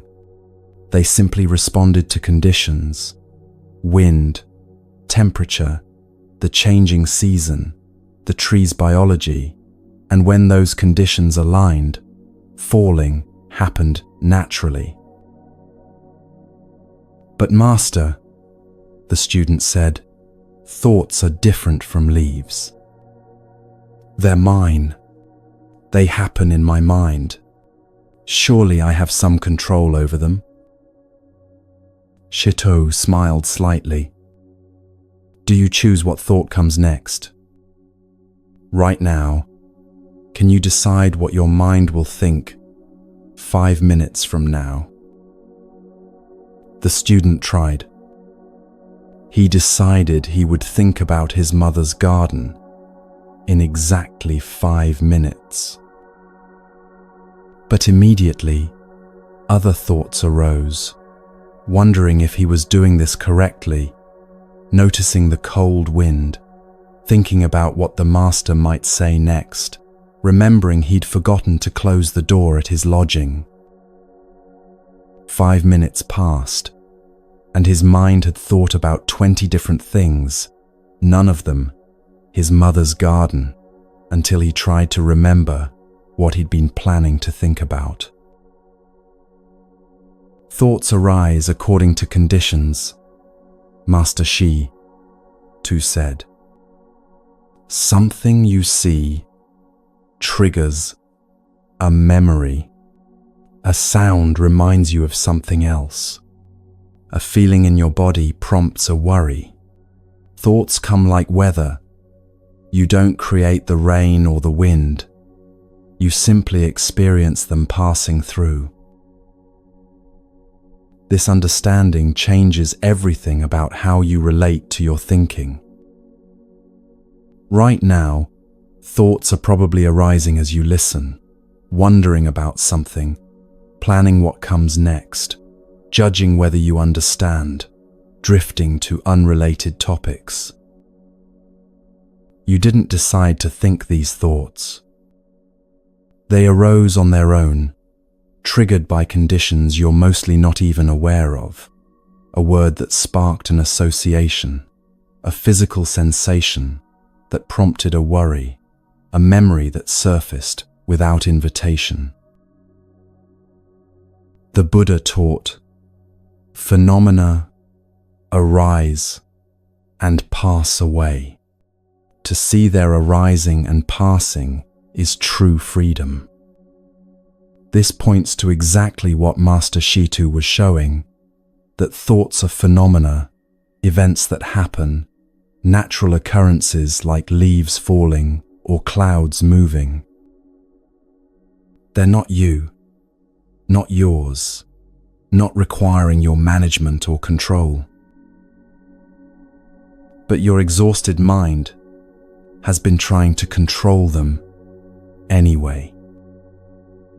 Trying to stop thoughts that don't want to stop. Trying to hold on to thoughts that naturally pass. Trying to organize thoughts that arise chaotically. Trying to make your thinking different from how it naturally is. This is why you're tired, not from having thoughts, but from the constant effort to manage them, control them, make them behave in ways they're not designed to behave. Imagine standing under that maple tree trying to control when leaves fall. You'd exhaust yourself reaching up to hold leaves on branches, running around trying to catch them before they hit the ground, attempting to organize them into neat piles, even as wind scatters them again. This is what you're doing with thoughts, expending enormous energy, trying to control a natural process that works perfectly well without your interference. The permission Master Shitu offered isn't permission to think whatever you want or to act on every thought that arises. It's permission to stop fighting the fact that thoughts arise and pass on their own. Let them come like leaves falling. Let them go like leaves scattered by wind. You don't need to make either happen. This doesn't mean you become passive or stop engaging with your thinking when engagement is useful. Sometimes you need to focus attention, solve problems, plan actions, and thoughts serve these purposes well. But even then, the thoughts themselves still arise and pass according to conditions. You're working with thoughts, using them as tools, not controlling their fundamental nature any more than you control whether leaves grow on trees in spring. What happens when you stop trying to manage your mental weather? The same thing that happens to leaves when you stop trying to control their falling. They do exactly what they were always going to do, but now you're not exhausting yourself fighting it. Like water, the easiest path is often the one we resist most. Water teaches something profound about effort and ease. Watch how water moves. It always finds the lowest path, not through thinking or planning or deciding, but through following the natural pull of gravity and the shape of the landscape. It doesn't push uphill. It doesn't fight against obstacles. It simply flows where flow is easiest, and in doing so, it can wear away stone, carve canyons, shape entire landscapes. Place water in a cup, and it becomes the cup. Pour it into a bowl, and it becomes the bowl. Water adapts completely to whatever contains it, while never losing its essential nature as water. It doesn't resist the container's shape, doesn't fight to maintain some previous form, doesn't exhaust itself trying to be something other than what the situation requires. This is intelligence without thought. Water doesn't think about where to go. It goes there naturally, responding to physical reality rather than ideas about what should happen. Your exhausted mind could learn from this. The exhausted mind fights reality constantly. It argues with what is, insists things should be different, maintains elaborate resistance to circumstances that aren't changing, no matter how much mental energy you spend pushing against them. This shouldn't be happening. I shouldn't feel this way. My thoughts should be different. This isn't how things are supposed to be. Each of these sentences is the mind pushing uphill, fighting against gravity, exhausting itself in resistance to what's actually present.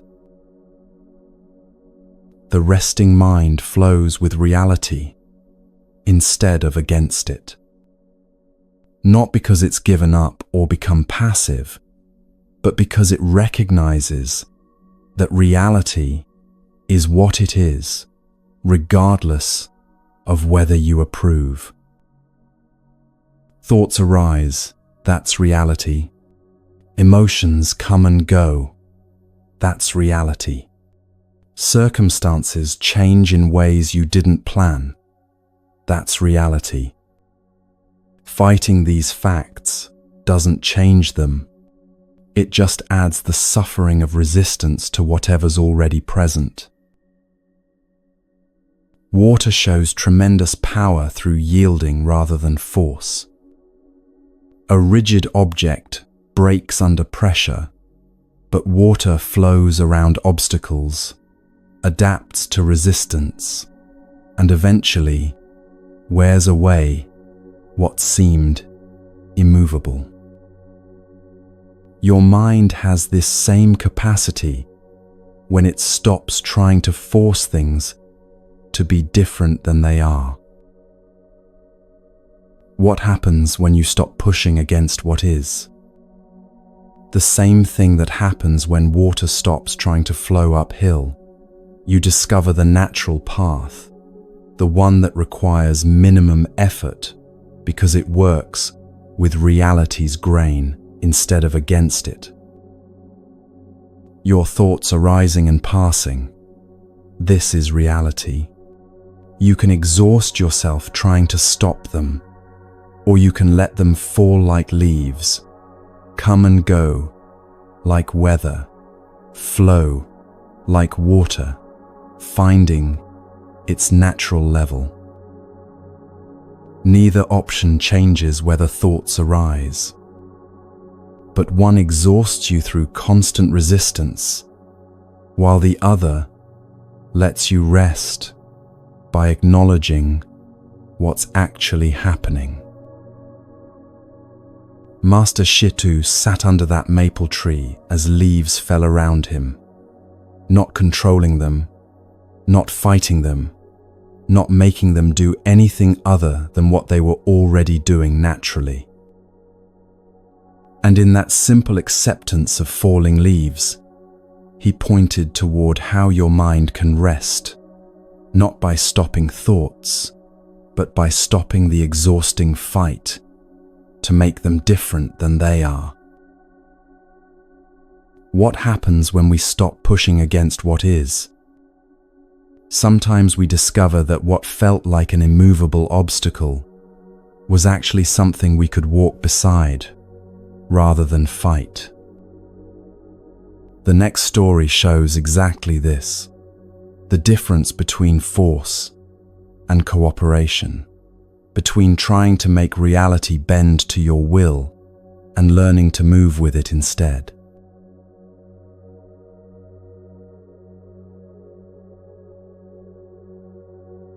In the ancient teachings preserved by the Buddha's disciples, there's a story that reveals something unexpected about strength.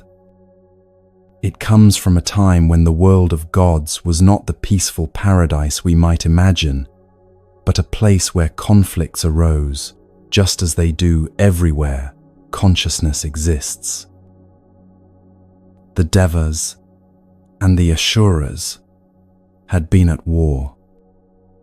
These weren't humans fighting over land or resources, but celestial beings locked in a struggle that had gone on for longer than anyone could remember. After a particularly fierce battle, the Devas emerged victorious. Their leader, Sakka, captured the Asura king Vepachiti and brought him back as a prisoner, bound in chains and confined to a cell. One day, Sakka decided to visit the imprisoned king.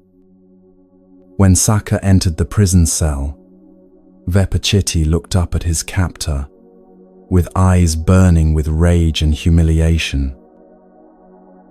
What happened next was shocking. This king, even in defeat, even stripped of all power, unleashed a torrent of abuse at Sakka. He cursed him with the vilest words imaginable. He insulted Sakka's lineage, his character, his right to rule.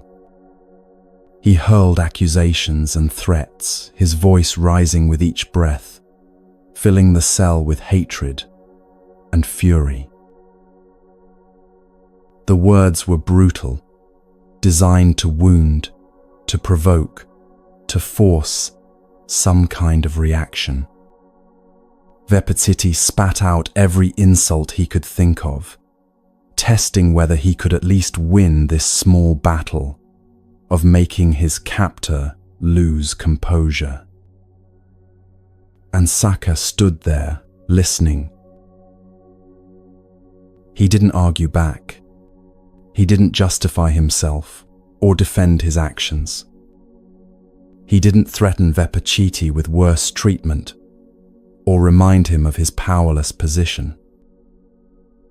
He simply stood there, calm and unmoved, as the storm of abuse washed over him like rain falling on a mountain. When Vepachiti finally exhausted himself, Sakka turned quietly and left the cell. Outside, Sakka's charioteer had witnessed everything. This loyal servant, who had seen Sakka lead armies to victory and command respect from all the heavenly beings, was deeply troubled. "My lord," he said, his voice filled with concern, "why did you just stand there and take that abuse? Everyone saw how that prisoner insulted you without any consequence. People will think you were afraid. They'll say you were weak. Your silence makes you look powerless." This is the moment where the teaching truly begins. Sakka turned to his charioteer with eyes that held no anger, no defensiveness, no need to prove anything. And he said something that would echo through the ages as one of the clearest expressions of what real strength looks like. "It is neither through fear nor weakness that I am patient with Vepachiti," Sakka replied calmly. Let those words settle for a moment. Not fear, not weakness, but patience. Saka continued, "When you have power over someone, there is no strength in using that power to hurt them when they insult you. Anyone can strike back when they've been wounded. Anyone can use their position to crush someone weaker. Real power is having every ability to retaliate and choosing not to. Real strength is remaining calm when you have every reason to be angry." When the Buddha shared this story with his disciples, he praised Saka's response. He used a specific word, khanti, which means patience, forbearance, the ability to remain steady in the face of difficulty. And then the Buddha spoke words that would be remembered for thousands of years. The Buddha taught, he endures unangered insult, assault, and imprisonment.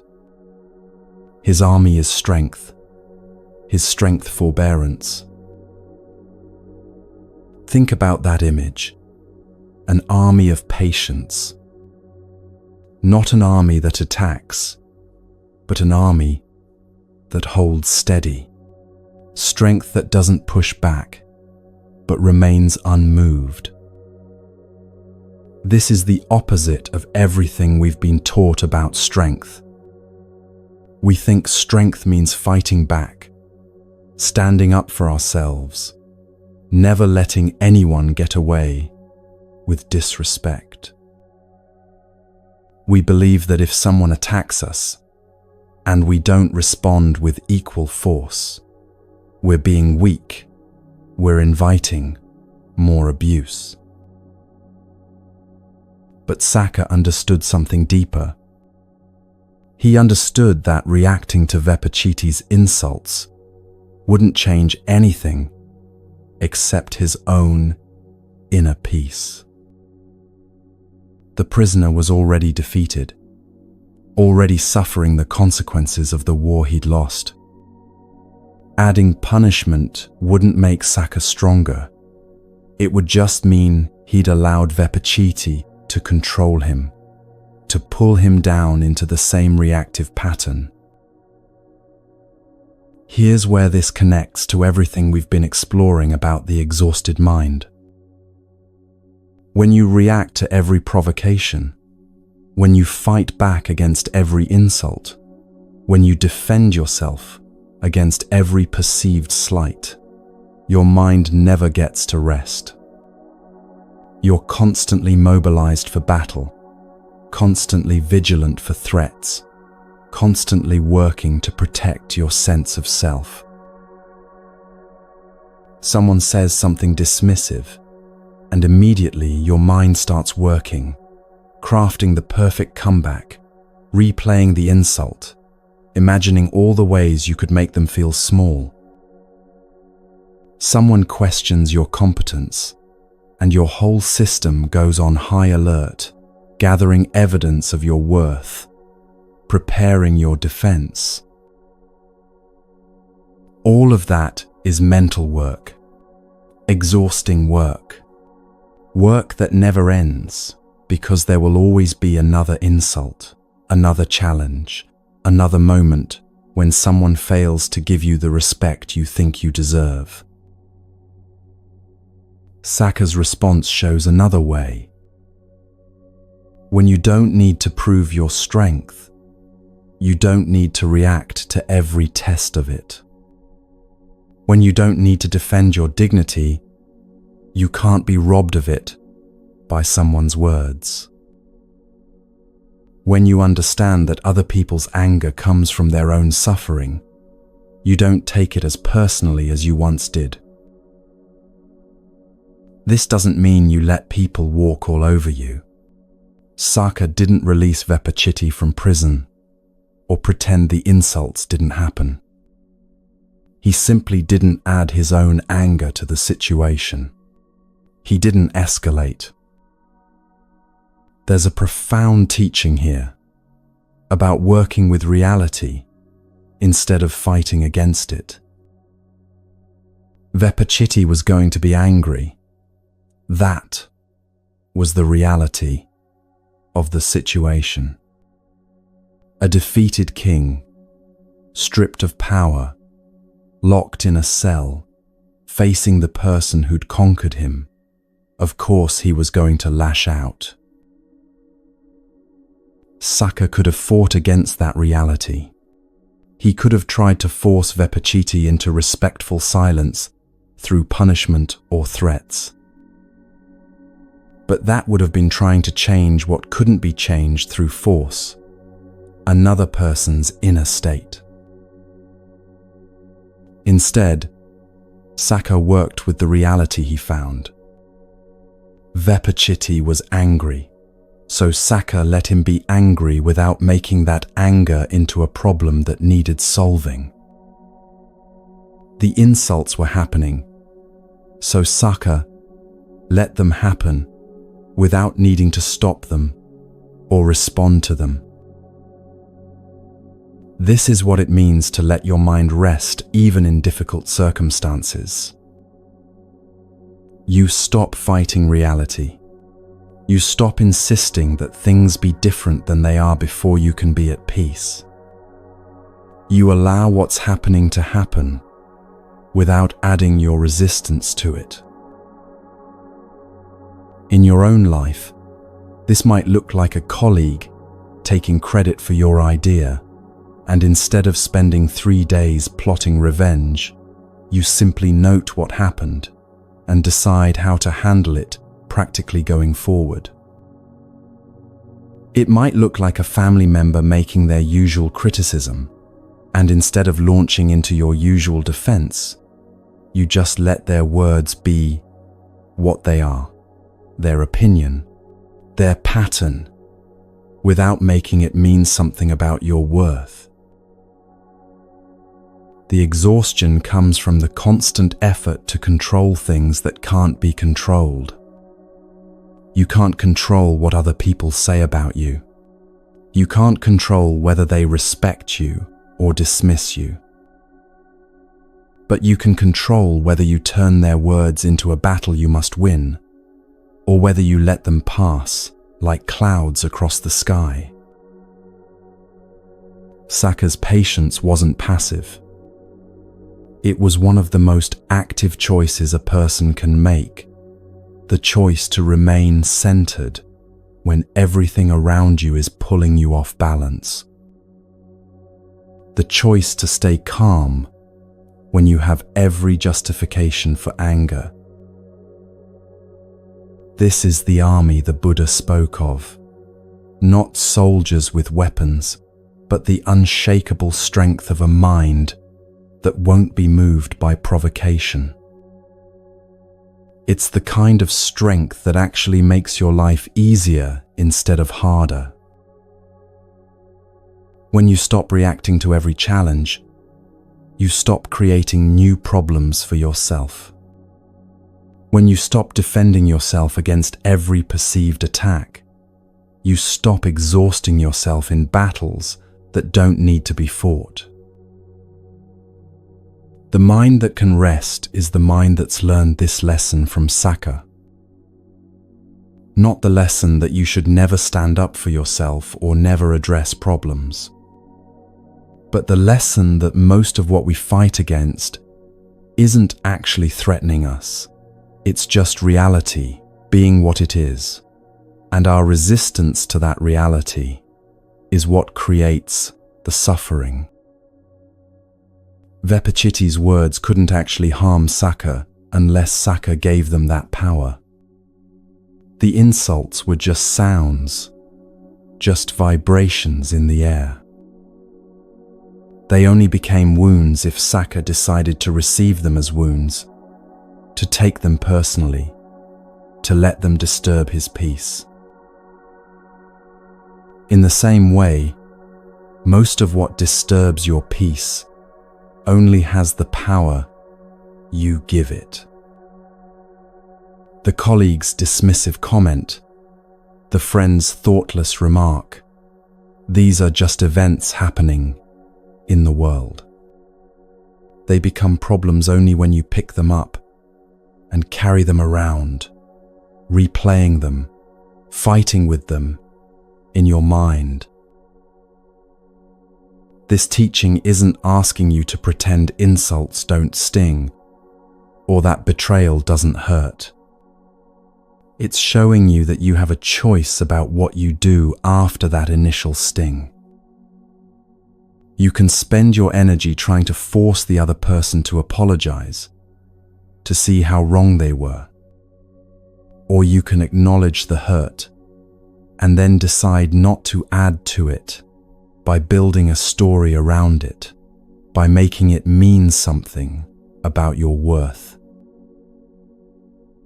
Saka walked away from that prison cell with his dignity intact because his dignity never depended on Vepachiti's opinion of him. Your peace can be just as independent of other people's actions.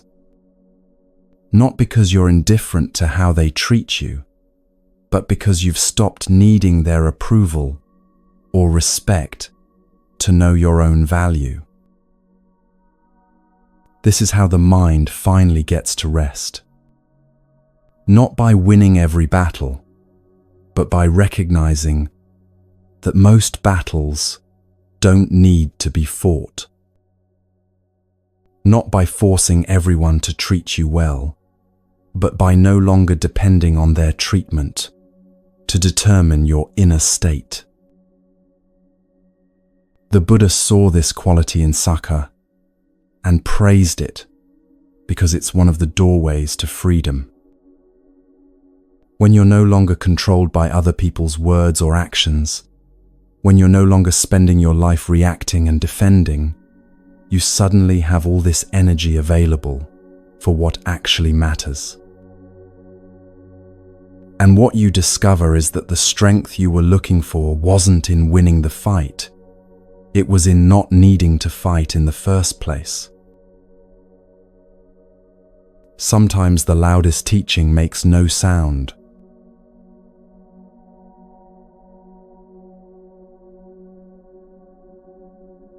There's a moment recorded in one of Buddhism's most celebrated teachings where the wisest answer to the deepest question was no answer at all. It happened in a gathering of some of the most accomplished spiritual teachers of the ancient world, and what unfolded there reveals something about truth that words can only point toward but never fully capture. The teacher was a man named Vimalakirti, a wealthy householder who lived not in a monastery, but in the ordinary world of family and business. Despite this conventional life, he was recognized as one of the most realized beings of his time, someone who had penetrated to the deepest levels of understanding. His wisdom was so profound that even the Buddha's most advanced disciples would visit him to learn. On this particular day, Vimalakirti's home was filled with an extraordinary assembly. Bodhisattvas had gathered from across the realm, beings of immense spiritual accomplishment, each one capable of explaining the most subtle teachings with perfect eloquence. These were not beginners struggling with basic concepts, but masters who had spent lifetimes refining their understanding. The conversation had turned to one of the most profound questions in all of Buddhist philosophy: the nature of non-duality. This wasn't an abstract intellectual puzzle, but a question that strikes at the heart of how we experience reality. We live in a world of splits: self and other, right and wrong, pleasure and pain, life and death. We organize our entire existence around these divisions, building walls between categories that seem absolutely real and separate. But what if these divisions are constructs of the thinking mind rather than features of reality itself? What if the deepest truth lies not in understanding the relationship between opposites, but in seeing through the illusion of separation altogether? This was the question posed to the assembly. How do you enter the teaching of non-duality? One by one, the bodhisattvas rose to offer their understanding. The first bodhisattva spoke with careful precision. Birth and death appear to be two things, he said. But when you understand that nothing is actually born, you also understand that nothing truly dies. When you see that there is no arising, you see that there is no ceasing. To enter this understanding is to enter the teaching of non-duality. His words were met with nods of appreciation. This was sophisticated wisdom, the kind that takes years of study and meditation to grasp. Another bodhisattva stood. I and mine seem to be fundamental realities, she offered. But when you investigate this I, you find it cannot be located anywhere. It has no substance, no fixed nature. When you see through the illusion of a separate self, you see that there is no mine either, no possession, no ownership, no territory to defend. To enter this understanding is to enter the teaching of non-duality. Again, the assembly appreciated the clarity and depth of the explanation. A third bodhisattva rose with even more refined analysis. Purity and impurity seem to be opposites, he said. But when you understand that all phenomena are empty of inherent nature, you see that nothing is ultimately pure or impure. These are labels the mind applies to experience, not qualities that exist in things themselves. When discrimination ceases, when the labeling mind rests, that is entry into non-duality. This continued for some time. Each bodhisattva offered increasingly subtle explanations, each one demonstrating profound understanding through carefully constructed arguments and precise philosophical distinctions. They spoke of form and emptiness, of knowing and not knowing, of attachment and detachment, of conventional truth and ultimate truth. Each explanation was brilliant in its own way, revealing years of study and contemplation.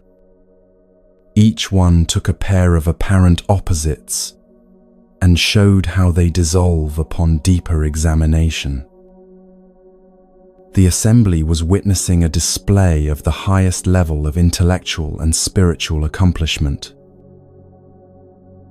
Finally, all the bodhisattvas had spoken, except for two. The next to last was Manjushri, considered the embodiment of wisdom itself, the bodhisattva whose understanding of emptiness was said to be without equal. When he stood to speak, the assembly leaned forward, knowing they were about to hear something extraordinary. Manjushri smiled gently. All of these explanations have been excellent, he said. Each one has pointed toward the truth of non-duality with skill and clarity. But I would suggest that even to speak of this versus that, even to use words to explain the teaching, is already to be caught in duality.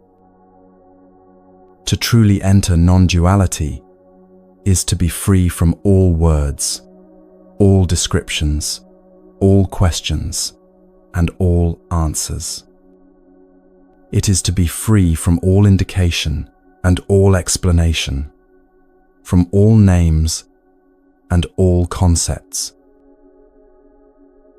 That is my understanding of entry into the teaching of non-duality. The silence that followed was profound.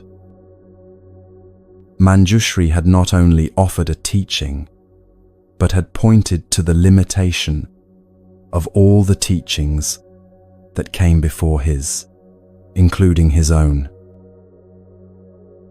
He had shown that any attempt to capture the uncapturable in words is already a step away from the truth being pointed toward. Then Manjushri turned to Vimalakirti, the only one who had not yet spoken. "We have all given our understanding," he said. "Now it is your turn. How does a bodhisattva enter the teaching of non-duality?" The entire assembly turned toward Vimalakirti. Everyone in that room knew they were about to witness something significant. Here was the master whose wisdom was recognized even by the Buddha himself, whose understanding was said to penetrate beyond all conceptual elaboration. Vimalakirti looked around at the gathered assembly. He saw the expectant faces, the minds ready to receive his words, the pens ready to record his teaching. And he said nothing. He simply sat there in complete silence. No words, no gestures, no teaching, not even a nod or a smile. Just silence. The moments stretched out. Still, Vimalakirti remained silent, his expression peaceful, his body relaxed, offering nothing that could be grasped as an answer. And suddenly, Manjushri understood. He broke into a radiant smile and exclaimed, "Excellent, excellent." Truly, this is entry into the teaching of non-duality, beyond words and syllables, beyond speech and explanation. This is the ultimate teaching. What had Vimalakirti shown in that thundering silence? He had demonstrated what all the eloquent words could only describe, the actual experience of non-duality, present in that moment, before thought divided it into subject and object, teacher and teaching, question and answer. Every explanation that came before his, no matter how sophisticated, had used the tools of thought and language. They had taken concepts and rearranged them, shown how apparent opposites dissolve under analysis, demonstrated the emptiness of constructs. These were valuable teachings, pointing toward truth. But Vimalakirti showed the truth itself, not another description of it. He showed what it actually is to rest in that space, before the mind divides reality into categories. This teaching speaks directly to the exhausted mind we've been exploring. That exhaustion comes largely from the constant activity of thinking, analyzing, comparing, evaluating, explaining, defending, justifying. The mind never stops its commentary, never stops trying to capture experience in concepts, never stops dividing the seamless flow of life into this versus that. Even when you try to rest, the thinking mind keeps working.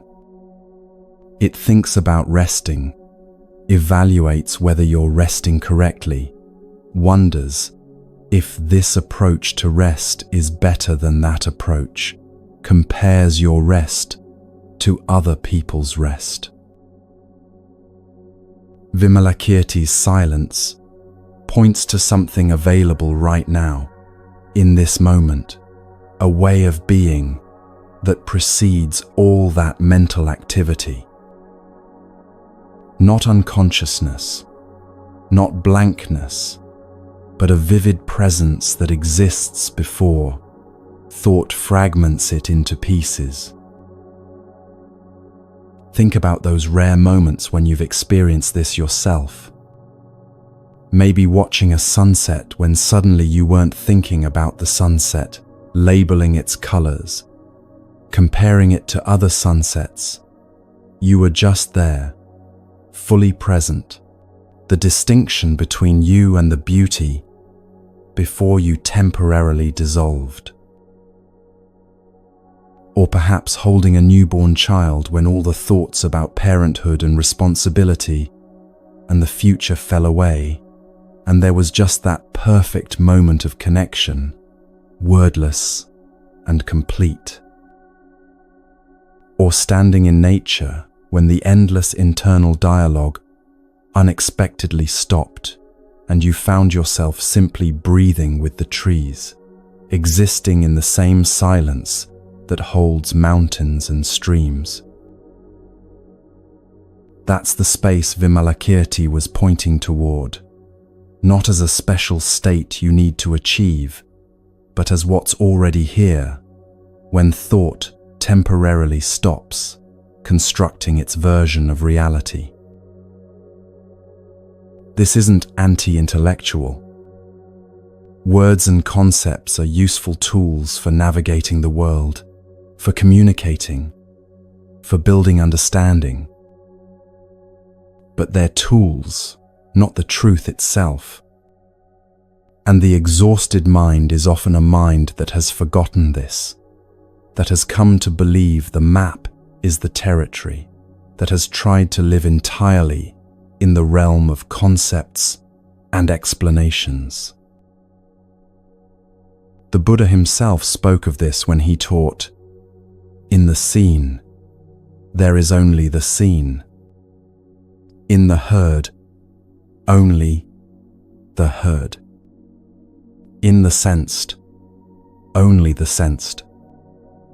In the cognized, only the cognized." This points to direct experience before the mind adds its layers of interpretation, before it divides what's happening into self and other, pleasant and unpleasant, acceptable and unacceptable. Vimalakirti's teaching shows that sometimes the deepest wisdom isn't found in more thinking, more analysis, more explanation, but in the spacious silence that holds everything before thought divides it. The mind that can rest is the mind that has learned to touch this silence occasionally, to return to direct experience before the thinking mind turns it into problems and projects. This isn't about grand achievement or special attainment. It's simply about stopping, really stopping, even for a moment, and noticing what's here before you think about it. Sometimes the wisest response is no response at all. Sometimes the loudest teaching makes no sound. This isn't about grand achievement. Sometimes it's about stopping entirely.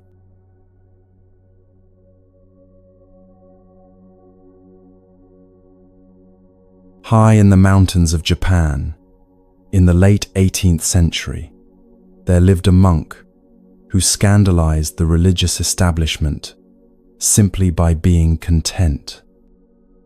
His name was Ryokan, and everything about his life seemed to contradict what a serious spiritual practitioner was supposed to be. He lived alone in a tiny hut, barely large enough to lie down in, perched on a mountainside, far from any monastery. He owned almost nothing: a robe, a begging bowl, a few writing materials. He had no students, no temple, no position of authority. He attended no important ceremonies and gave no formal teachings.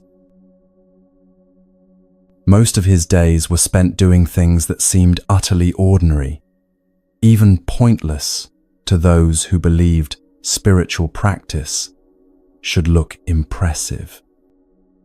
He would play with children in the village below, bouncing a ball with them for hours. He would sit by a stream watching the water flow, writing simple poems about the moon or the sound of rain on leaves. He would beg for his food without any sense of shame or urgency, sometimes forgetting to eat if he became absorbed in watching a butterfly. When other monks visited his mountain retreat, they were often shocked by what they found. Here was a man who had received full monastic training, who clearly understood Buddhist teachings, yet who seemed to have abandoned all ambition for spiritual achievement. He didn't wake before dawn to meditate. He didn't engage in rigorous study of scriptures. He didn't push himself toward any goal at all. "You're wasting your life," one visiting monk told him bluntly. "You have the education and training to become an important teacher. You could lead a monastery, guide hundreds of students.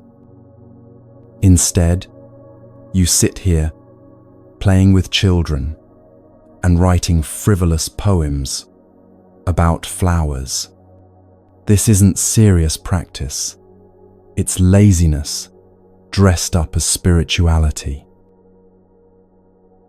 Ryokan listened with a gentle smile.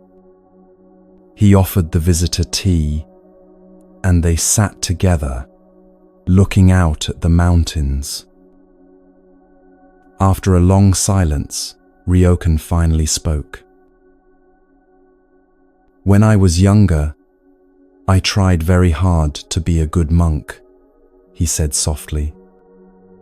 "I woke early, sat long hours in meditation, studied scriptures until my eyes ached. I was determined to achieve enlightenment, to become someone worthy of respect. But the harder I tried, the more exhausted I became. And the more exhausted I became, the further I felt from any real peace." He poured more tea for his visitor. "Then one day I realized something strange. All that striving, it wasn't bringing me closer to understanding. It was the striving itself that was keeping me from what I was looking for. I was so busy trying to become enlightened that I couldn't see I was already complete. So busy trying to improve myself that I couldn't accept myself as I was. So busy reaching for the future that I was missing the only moment that actually exists." The visiting monk frowned. But without striving, without effort, how do you progress? How do you grow? How do you overcome your limitations?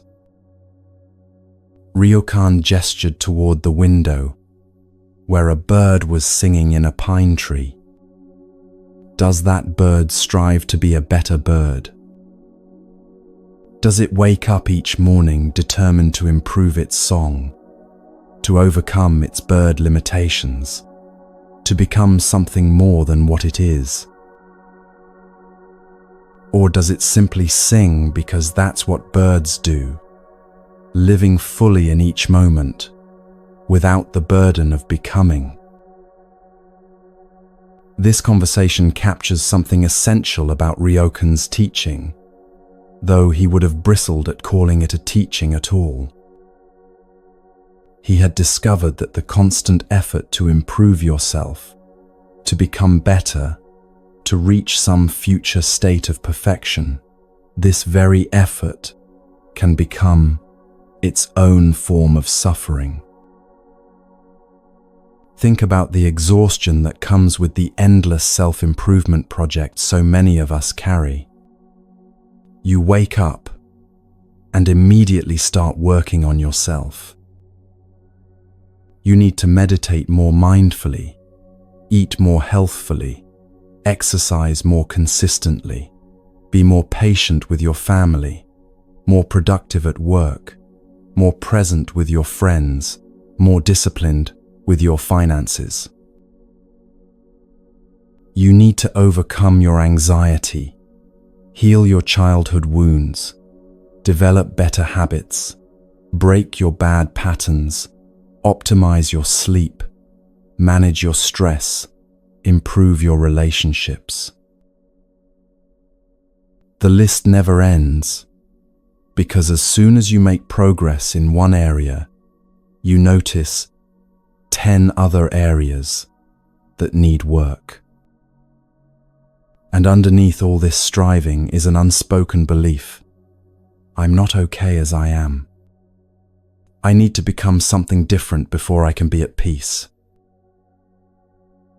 Ryokan saw through this, not because he was against growth or learning or healing, but because he understood that the desperate quality of the striving, the sense that you're fundamentally broken and need fixing, actually prevents the very peace you're striving toward. He wrote in one of his poems, "Too lazy to be ambitious, I let the world take care of itself. 10 days worth of rice in my bag, a bundle of twigs by the fireplace. Why chatter about delusion and enlightenment? Listening to the night rain on my roof, I sit comfortably with both legs stretched out." That last image is significant. Sitting comfortably with both legs stretched out. In formal meditation, you're supposed to sit in a specific posture, spine straight, legs crossed, maintaining perfect alignment. Ryokan is literally and figuratively relaxing out of that rigid form, letting his body be comfortable, letting himself just be, without trying to be anything in particular. This isn't advocating for never making any effort or never trying to grow. Ryokan still practiced his calligraphy, still wrote his poems, still begged for his food. But there was a different quality to his actions. They came from acceptance rather than rejection, from contentment rather than lack, from presence rather than reaching towards some future achievement. The Buddha himself taught about this quality. He said, "Contentment is the greatest wealth. Confidence is the greatest friend. Freedom from craving is the greatest bliss. Notice that contentment comes first, not after you've fixed yourself, not after you've achieved your goals, not after you've become the person you think you should be. Contentment now, with things as they are, including yourself as you are. This is perhaps one of the most radical teachings available to the exhausted mind. What if you didn't need to improve yourself before you could be at peace? What if you could stop the endless self-improvement project, even temporarily, and just be exactly as you are right now? The resistance to this idea is immediate and strong. But I have real problems. I have genuine issues that need addressing. If I stop striving, if I just accept everything as it is, nothing will ever change. Ryokan would probably smile at that and point out the interesting contradiction. You think you need to hate yourself into becoming better. You think you need to reject what you are in order to become what you should be. You think the path to peace begins with declaring war on yourself. But has that actually worked? All that striving, all that effort to improve, has it brought you the peace you're looking for? Or has it just kept you in a constant state of not yet good enough, always reaching for the next achievement, the next breakthrough, the next version of yourself that you imagine will finally be acceptable? There's a story about Ryokan playing ball with village children one afternoon. He became so absorbed in the game that he forgot about the time, forgot about begging for his evening meal, forgot about everything except the simple joy of bouncing the ball back and forth. As the sun began to set, one of the children had to leave for home. Ryokan walked the child partway down the mountain path, and they continued playing as they walked, laughing and running after the ball together. When he returned to his hut that night, he had no food and no prospects for getting any until the next day. But his poem from that evening says simply, "Playing ball with the children, I forgot about my supper. Now it's dark and I'm hungry, but the moon is so beautiful through the pines." That's not spiritual bypassing or pretending problems don't exist. He was genuinely hungry. But he had the capacity to be present with what was actually happening. The hunger, yes, but also the beauty, the memory of joy with the children, the moonlight, without needing to make any of it wrong or different. This is the permission that exhausted minds often need most desperately. Permission to stop trying so hard. Permission to be imperfect without treating your imperfection as a crisis requiring immediate intervention. Permission to rest from the constant effort of becoming someone better, smarter, more accomplished, more spiritual, more healed. Ryokan showed that a life can be complete without being impressive. That you can be deeply content without achieving anything the world considers important. That there's a kind of wisdom in accepting your ordinariness, instead of constantly trying to transcend it.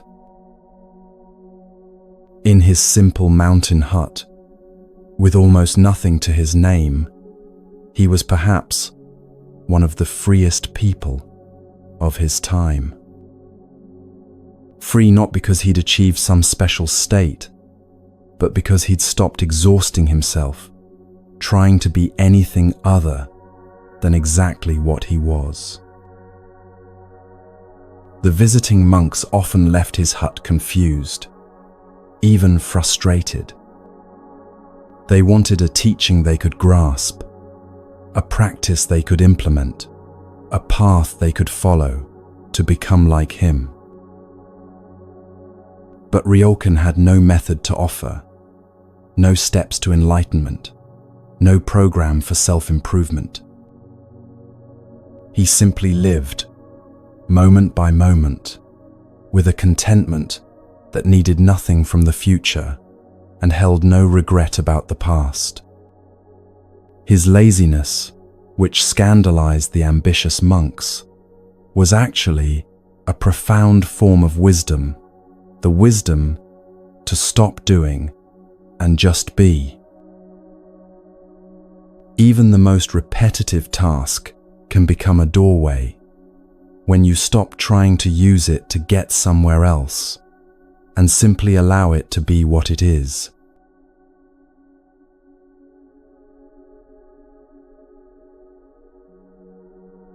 At a temple called Ryoanji, there was a monk whose entire life revolved around a single task. Every morning at dawn, every evening at dusk, and at specific intervals throughout the day, his job was to ring the temple bell. That was it. No teaching students, no leading ceremonies, no administrative duties, no scholarly pursuits. Just the bell. He would climb the wooden steps to the bell tower, grasp the thick rope attached to the wooden striker, pull it back with both hands, and let it swing forward to strike the massive bronze surface. The sound would roll out across the temple grounds, across the gardens, across the village below, marking the passage of time for everyone who heard it. This monk, whose name has been lost to history, which seems somehow appropriate, performed this task for 30 years.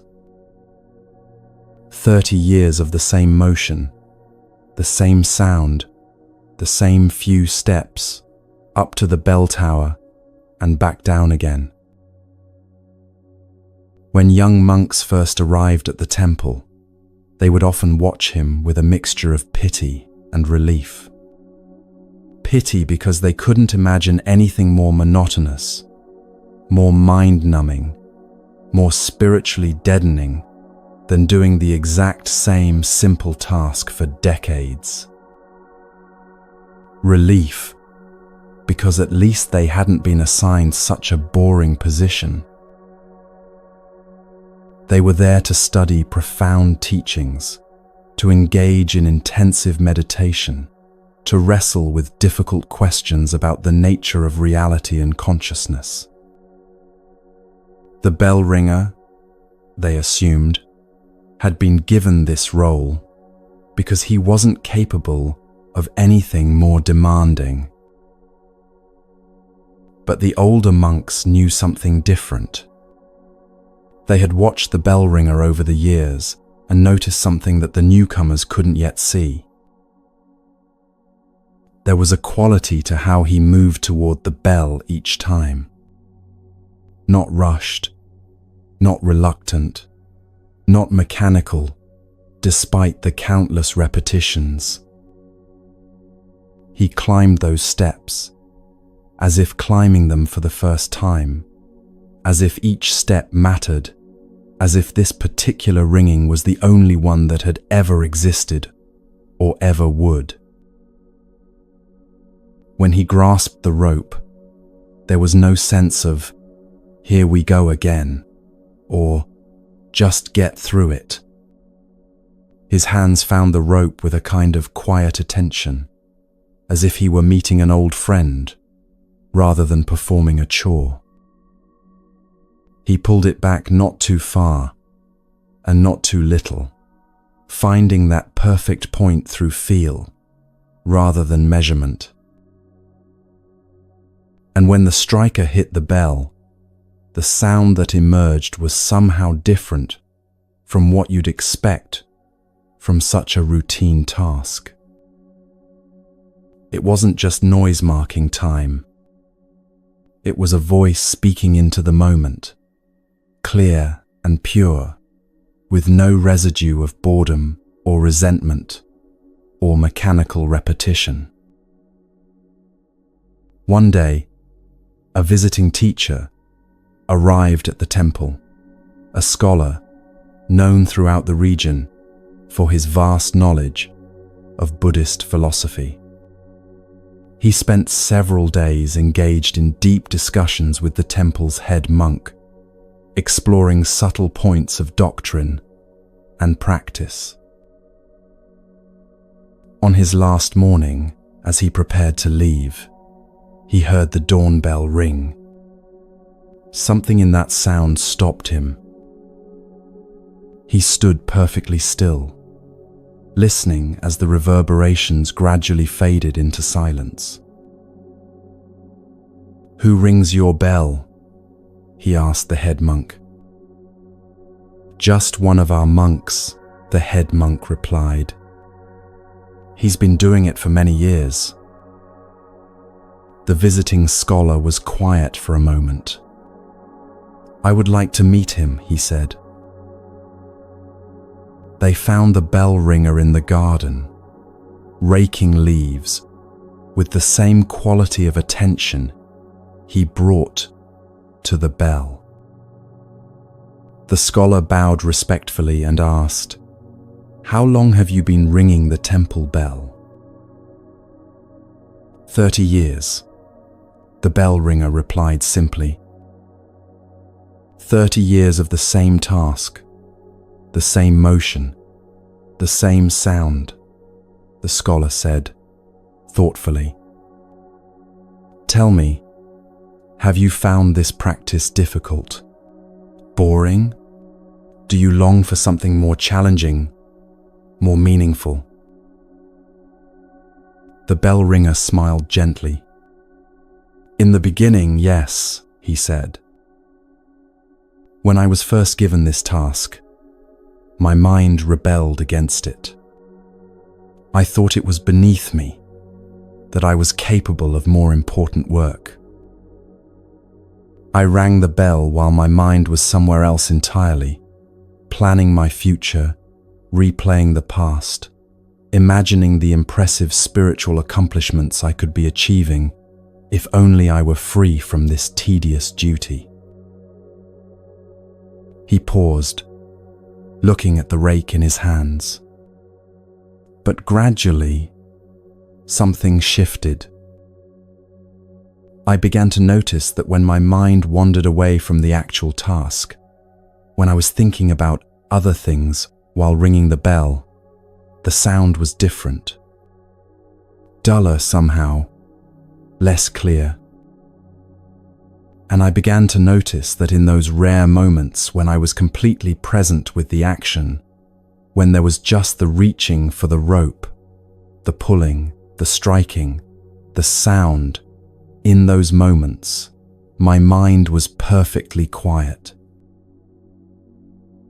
Not empty, but quiet. Not striving, but complete. The scholar leaned forward, deeply interested. "Go on," he said. "I realize something," the bell ringer continued. "Other monks sit in the meditation hall trying to quiet their minds, trying to stop their thoughts, trying to reach some special state. They work very hard at it, often struggling for years. But I discovered that when I gave myself completely to ringing the bell, when there was nothing held back, no part of me resisting or wishing to be somewhere else, the thinking mind quieted on its own. Not because I was trying to quiet it, but because I was so fully absorbed in what I was doing that there was no room left for mental chatter. He set down the rake and demonstrated the motion with his hands, as if pulling the bell rope. Each time I ring the bell now, it's not repetition at all. This ringing has never happened before. This exact moment, this exact quality of attention, this exact sound emerging into this exact morning, it's completely new. How could something that's never happened before be boring? The scholar sat with this for a long moment. Finally, he said, "In all my years of study, I've read countless texts about one pointed concentration, about absorption, about the mind that rests in the present moment. But I've never met someone who embodied these teachings so completely without even trying to embody them." The bell ringer laughed softly. "That's the strange thing," he said. "I'm not trying to be one-pointed. I'm not trying to be absorbed. I'm not trying to live in the present moment. I'm just ringing the bell, completely, with everything I am. And somehow that simple act contains everything the complicated teachings point toward." This story reveals something crucial about how the mind finds rest. We often think repetitive tasks are the enemy of presence, that they numb the mind and turn us into automatons. We believe that spiritual practice requires variety, intensity, constant challenge, and growth. But the bell ringer discovered something different. He found that repetition, when met with complete attention, can actually quiet the restless mind more effectively than any technique designed specifically for that purpose. Think about your own life and the tasks you do repeatedly. Washing dishes, folding laundry, commuting to work, preparing meals, brushing your teeth. How often are you actually present with these actions? How often is your mind somewhere else entirely, planning, worrying, remembering, imagining, while your body goes through motions it's performed 1,000 times before? That absence, that split between action and attention, is exhausting. You're never quite where you are, never quite doing what you're doing. Part of you is always elsewhere, and that division drains energy even from the simplest tasks. The bell ringer showed another way. He showed that the most ordinary, repetitive action can become a doorway to the very peace and presence that people search for in complicated spiritual practices. The Buddha himself taught about this quality of wholehearted engagement. He said, "Whatever you are doing, whether standing or walking, sitting or lying down, keep your mind attentive. Diligence is the path to the deathless. Heedlessness is the path to death. The diligent do not die. The heedless are as if already dead." That diligence isn't about forcing yourself to concentrate. It's about bringing your whole self to whatever you're doing, however simple or ordinary it might seem.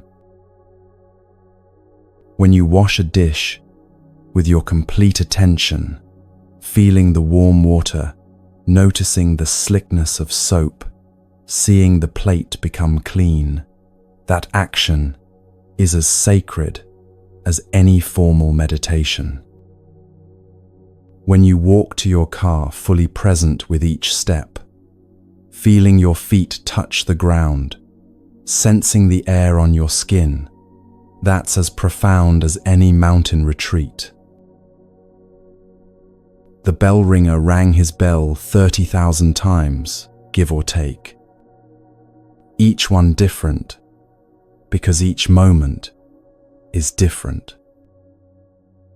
Each one complete, because he was complete in doing it.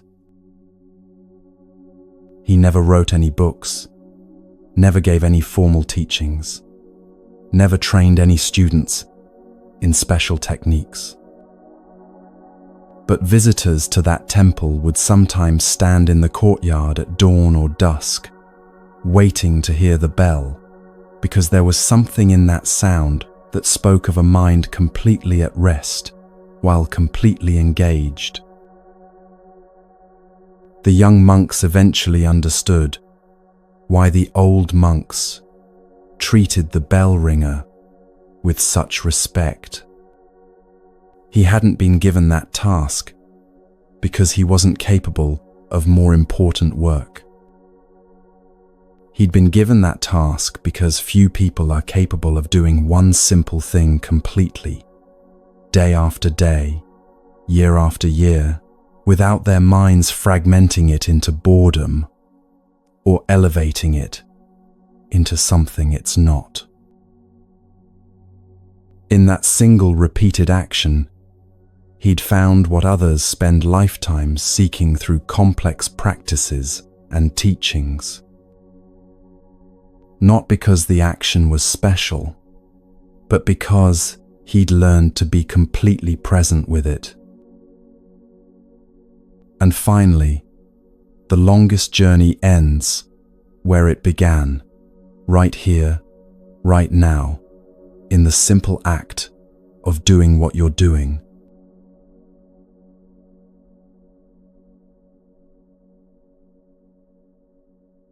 There was a monk named Dongshan who devoted his entire life to finding enlightenment. For years he traveled from teacher to teacher, monastery to monastery, mountain to mountain, always searching for that elusive understanding that would finally make him complete. He studied with masters who taught through silence, and masters who taught through words. He practiced meditation in caves and monasteries, by rivers and on mountaintops.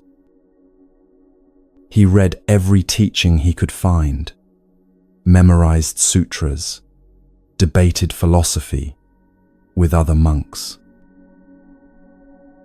He pushed himself through exhaustion, through doubt, through countless moments of thinking he was close, only to realize he still felt exactly the same, incomplete, unfinished, not yet there.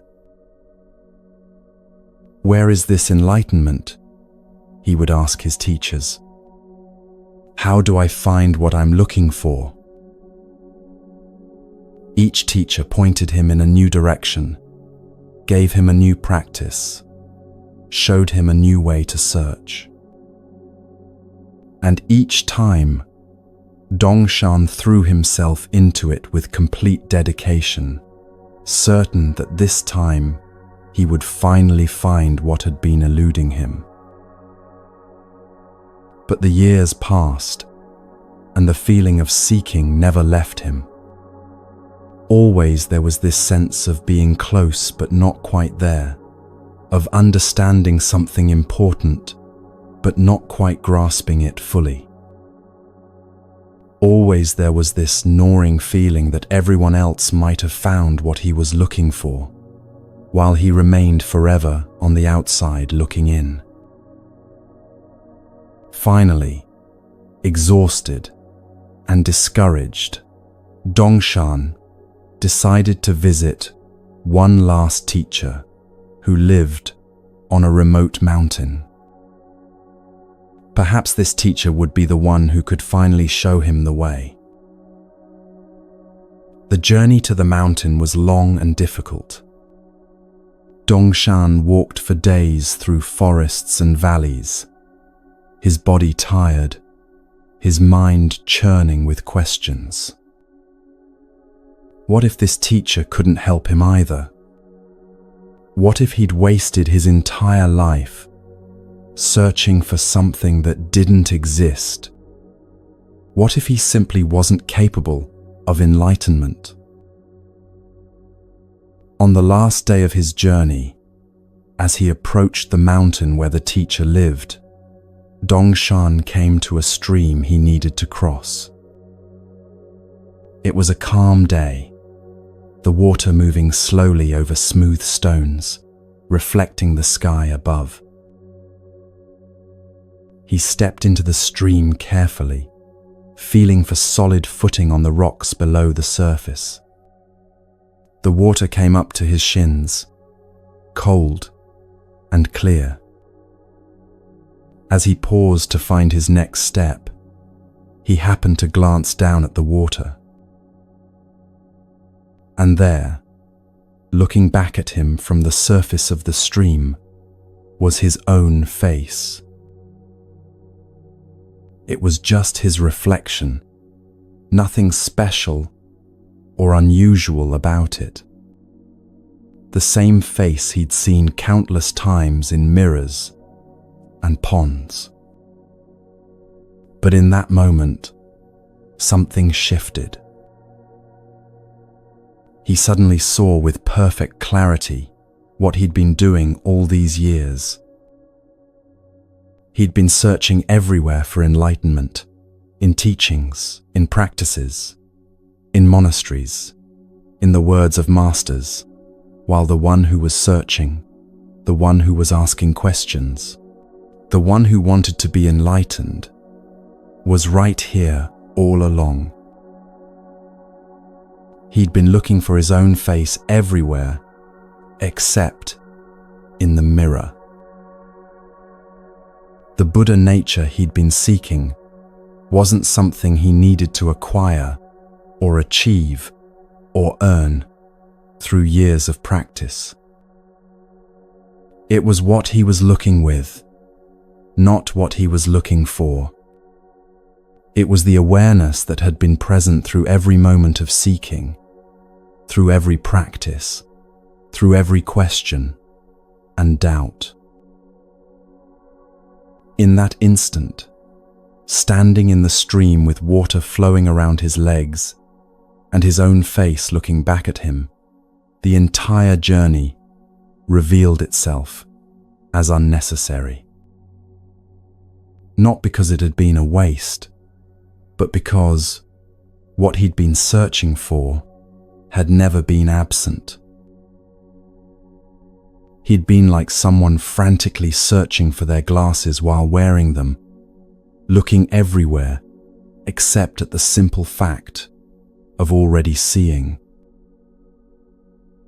Dongshan stood there in the stream for a long time, neither moving forward to continue his journey to the teacher, nor turning back. There was nowhere to go, because there was nothing missing. No enlightenment to find because awareness was already present. No completion to achieve because he'd never actually been incomplete. When he eventually did visit the teacher on the mountain, he told him what had happened at the stream. The old teacher smiled and said, "You finally stopped seeking the seeker. You finally saw that the one looking for Buddha nature is Buddha nature looking for itself." This is what I would have told you if you'd asked, but you had to discover it yourself. This teaching speaks directly to the exhaustion we've been exploring throughout these stories. So much of that exhaustion comes from the sense that something is missing, that you're incomplete as you are, that peace or happiness or freedom lies somewhere other than right here. Think about how tiring it is to constantly seek, to always be working on yourself, fixing yourself, improving yourself, trying to become someone who has finally arrived at some imaginary destination where everything will be okay. The seeking itself creates the sense of lack. As long as you're looking for something, you reinforce the belief that you don't have it. As long as you're trying to become enlightened, you're confirming the story that you're not enlightened right now. The search for peace becomes the very thing that prevents you from noticing the peace that's already here. This doesn't mean you should stop learning or growing or working on practical problems in your life. It means something much more subtle. It means recognizing that the awareness that's reading these words right now, the consciousness that's present in this moment, that's not something broken or incomplete that needs fixing. The Buddha taught, all beings are by nature Buddha, as ice, by nature, is water. Apart from water, there is no ice.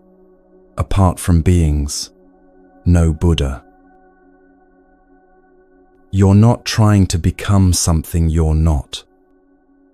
You're trying to recognize what you already are beneath all the stories about being insufficient, incomplete, not good enough, not there yet. When Dongshan saw his reflection in the stream, he wasn't discovering something new. He was simply seeing what had been true all along, but obscured by the very act of searching for it somewhere else. This is perhaps the most exhausting irony of the spiritual search. You're already what you're looking for, but the looking itself prevents you from recognizing it. You're already home, but you keep planning elaborate journeys to find home. You're already whole, but you keep gathering pieces to complete yourself. The moment the search stops isn't usually dramatic. It's not necessarily accompanied by bliss or visions or cosmic experiences.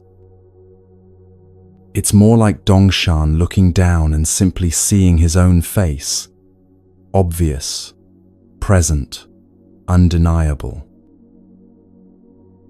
For a moment, the seeking mind takes a breath. The exhausting story of not yet there pauses.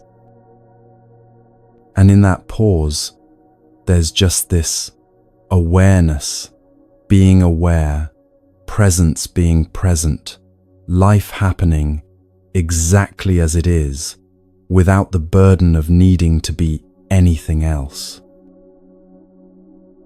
This doesn't solve all your problems or make difficult emotions disappear, or turn your life into something perfect. But it does relieve you of the exhausting belief that you need to become fundamentally different before you can be okay. You might still work on things, make changes, grow, and learn. But it comes from a different place, not from desperate lack, but from simple appropriateness, not from self-rejection, but from self-acceptance that sees clearly what needs attention. Dongshan never forgot that moment in the stream. In later years, when students came to him seeking enlightenment, He would sometimes take them to cross a stream and ask them to look down into the water. "Who do you see?" he would ask. "Just my reflection," they would answer. "Keep looking," he would say.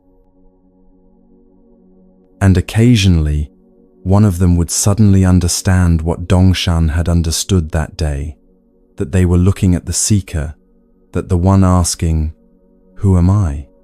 is the answer to the question, that the journey to find themselves ends the moment they stop looking elsewhere and simply recognize what's been looking all along.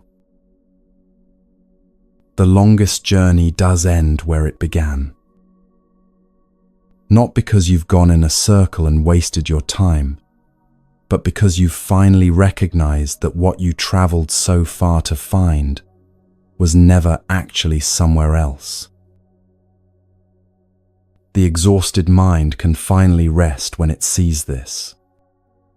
Not because all seeking and striving stops forever, but because the desperate quality of it dissolves. You're no longer running from a sense of fundamental wrongness towards some imagined state of finally being okay. You're already what you've been looking for. You always have been. The face in the water has been your face all along. And so we come full circle.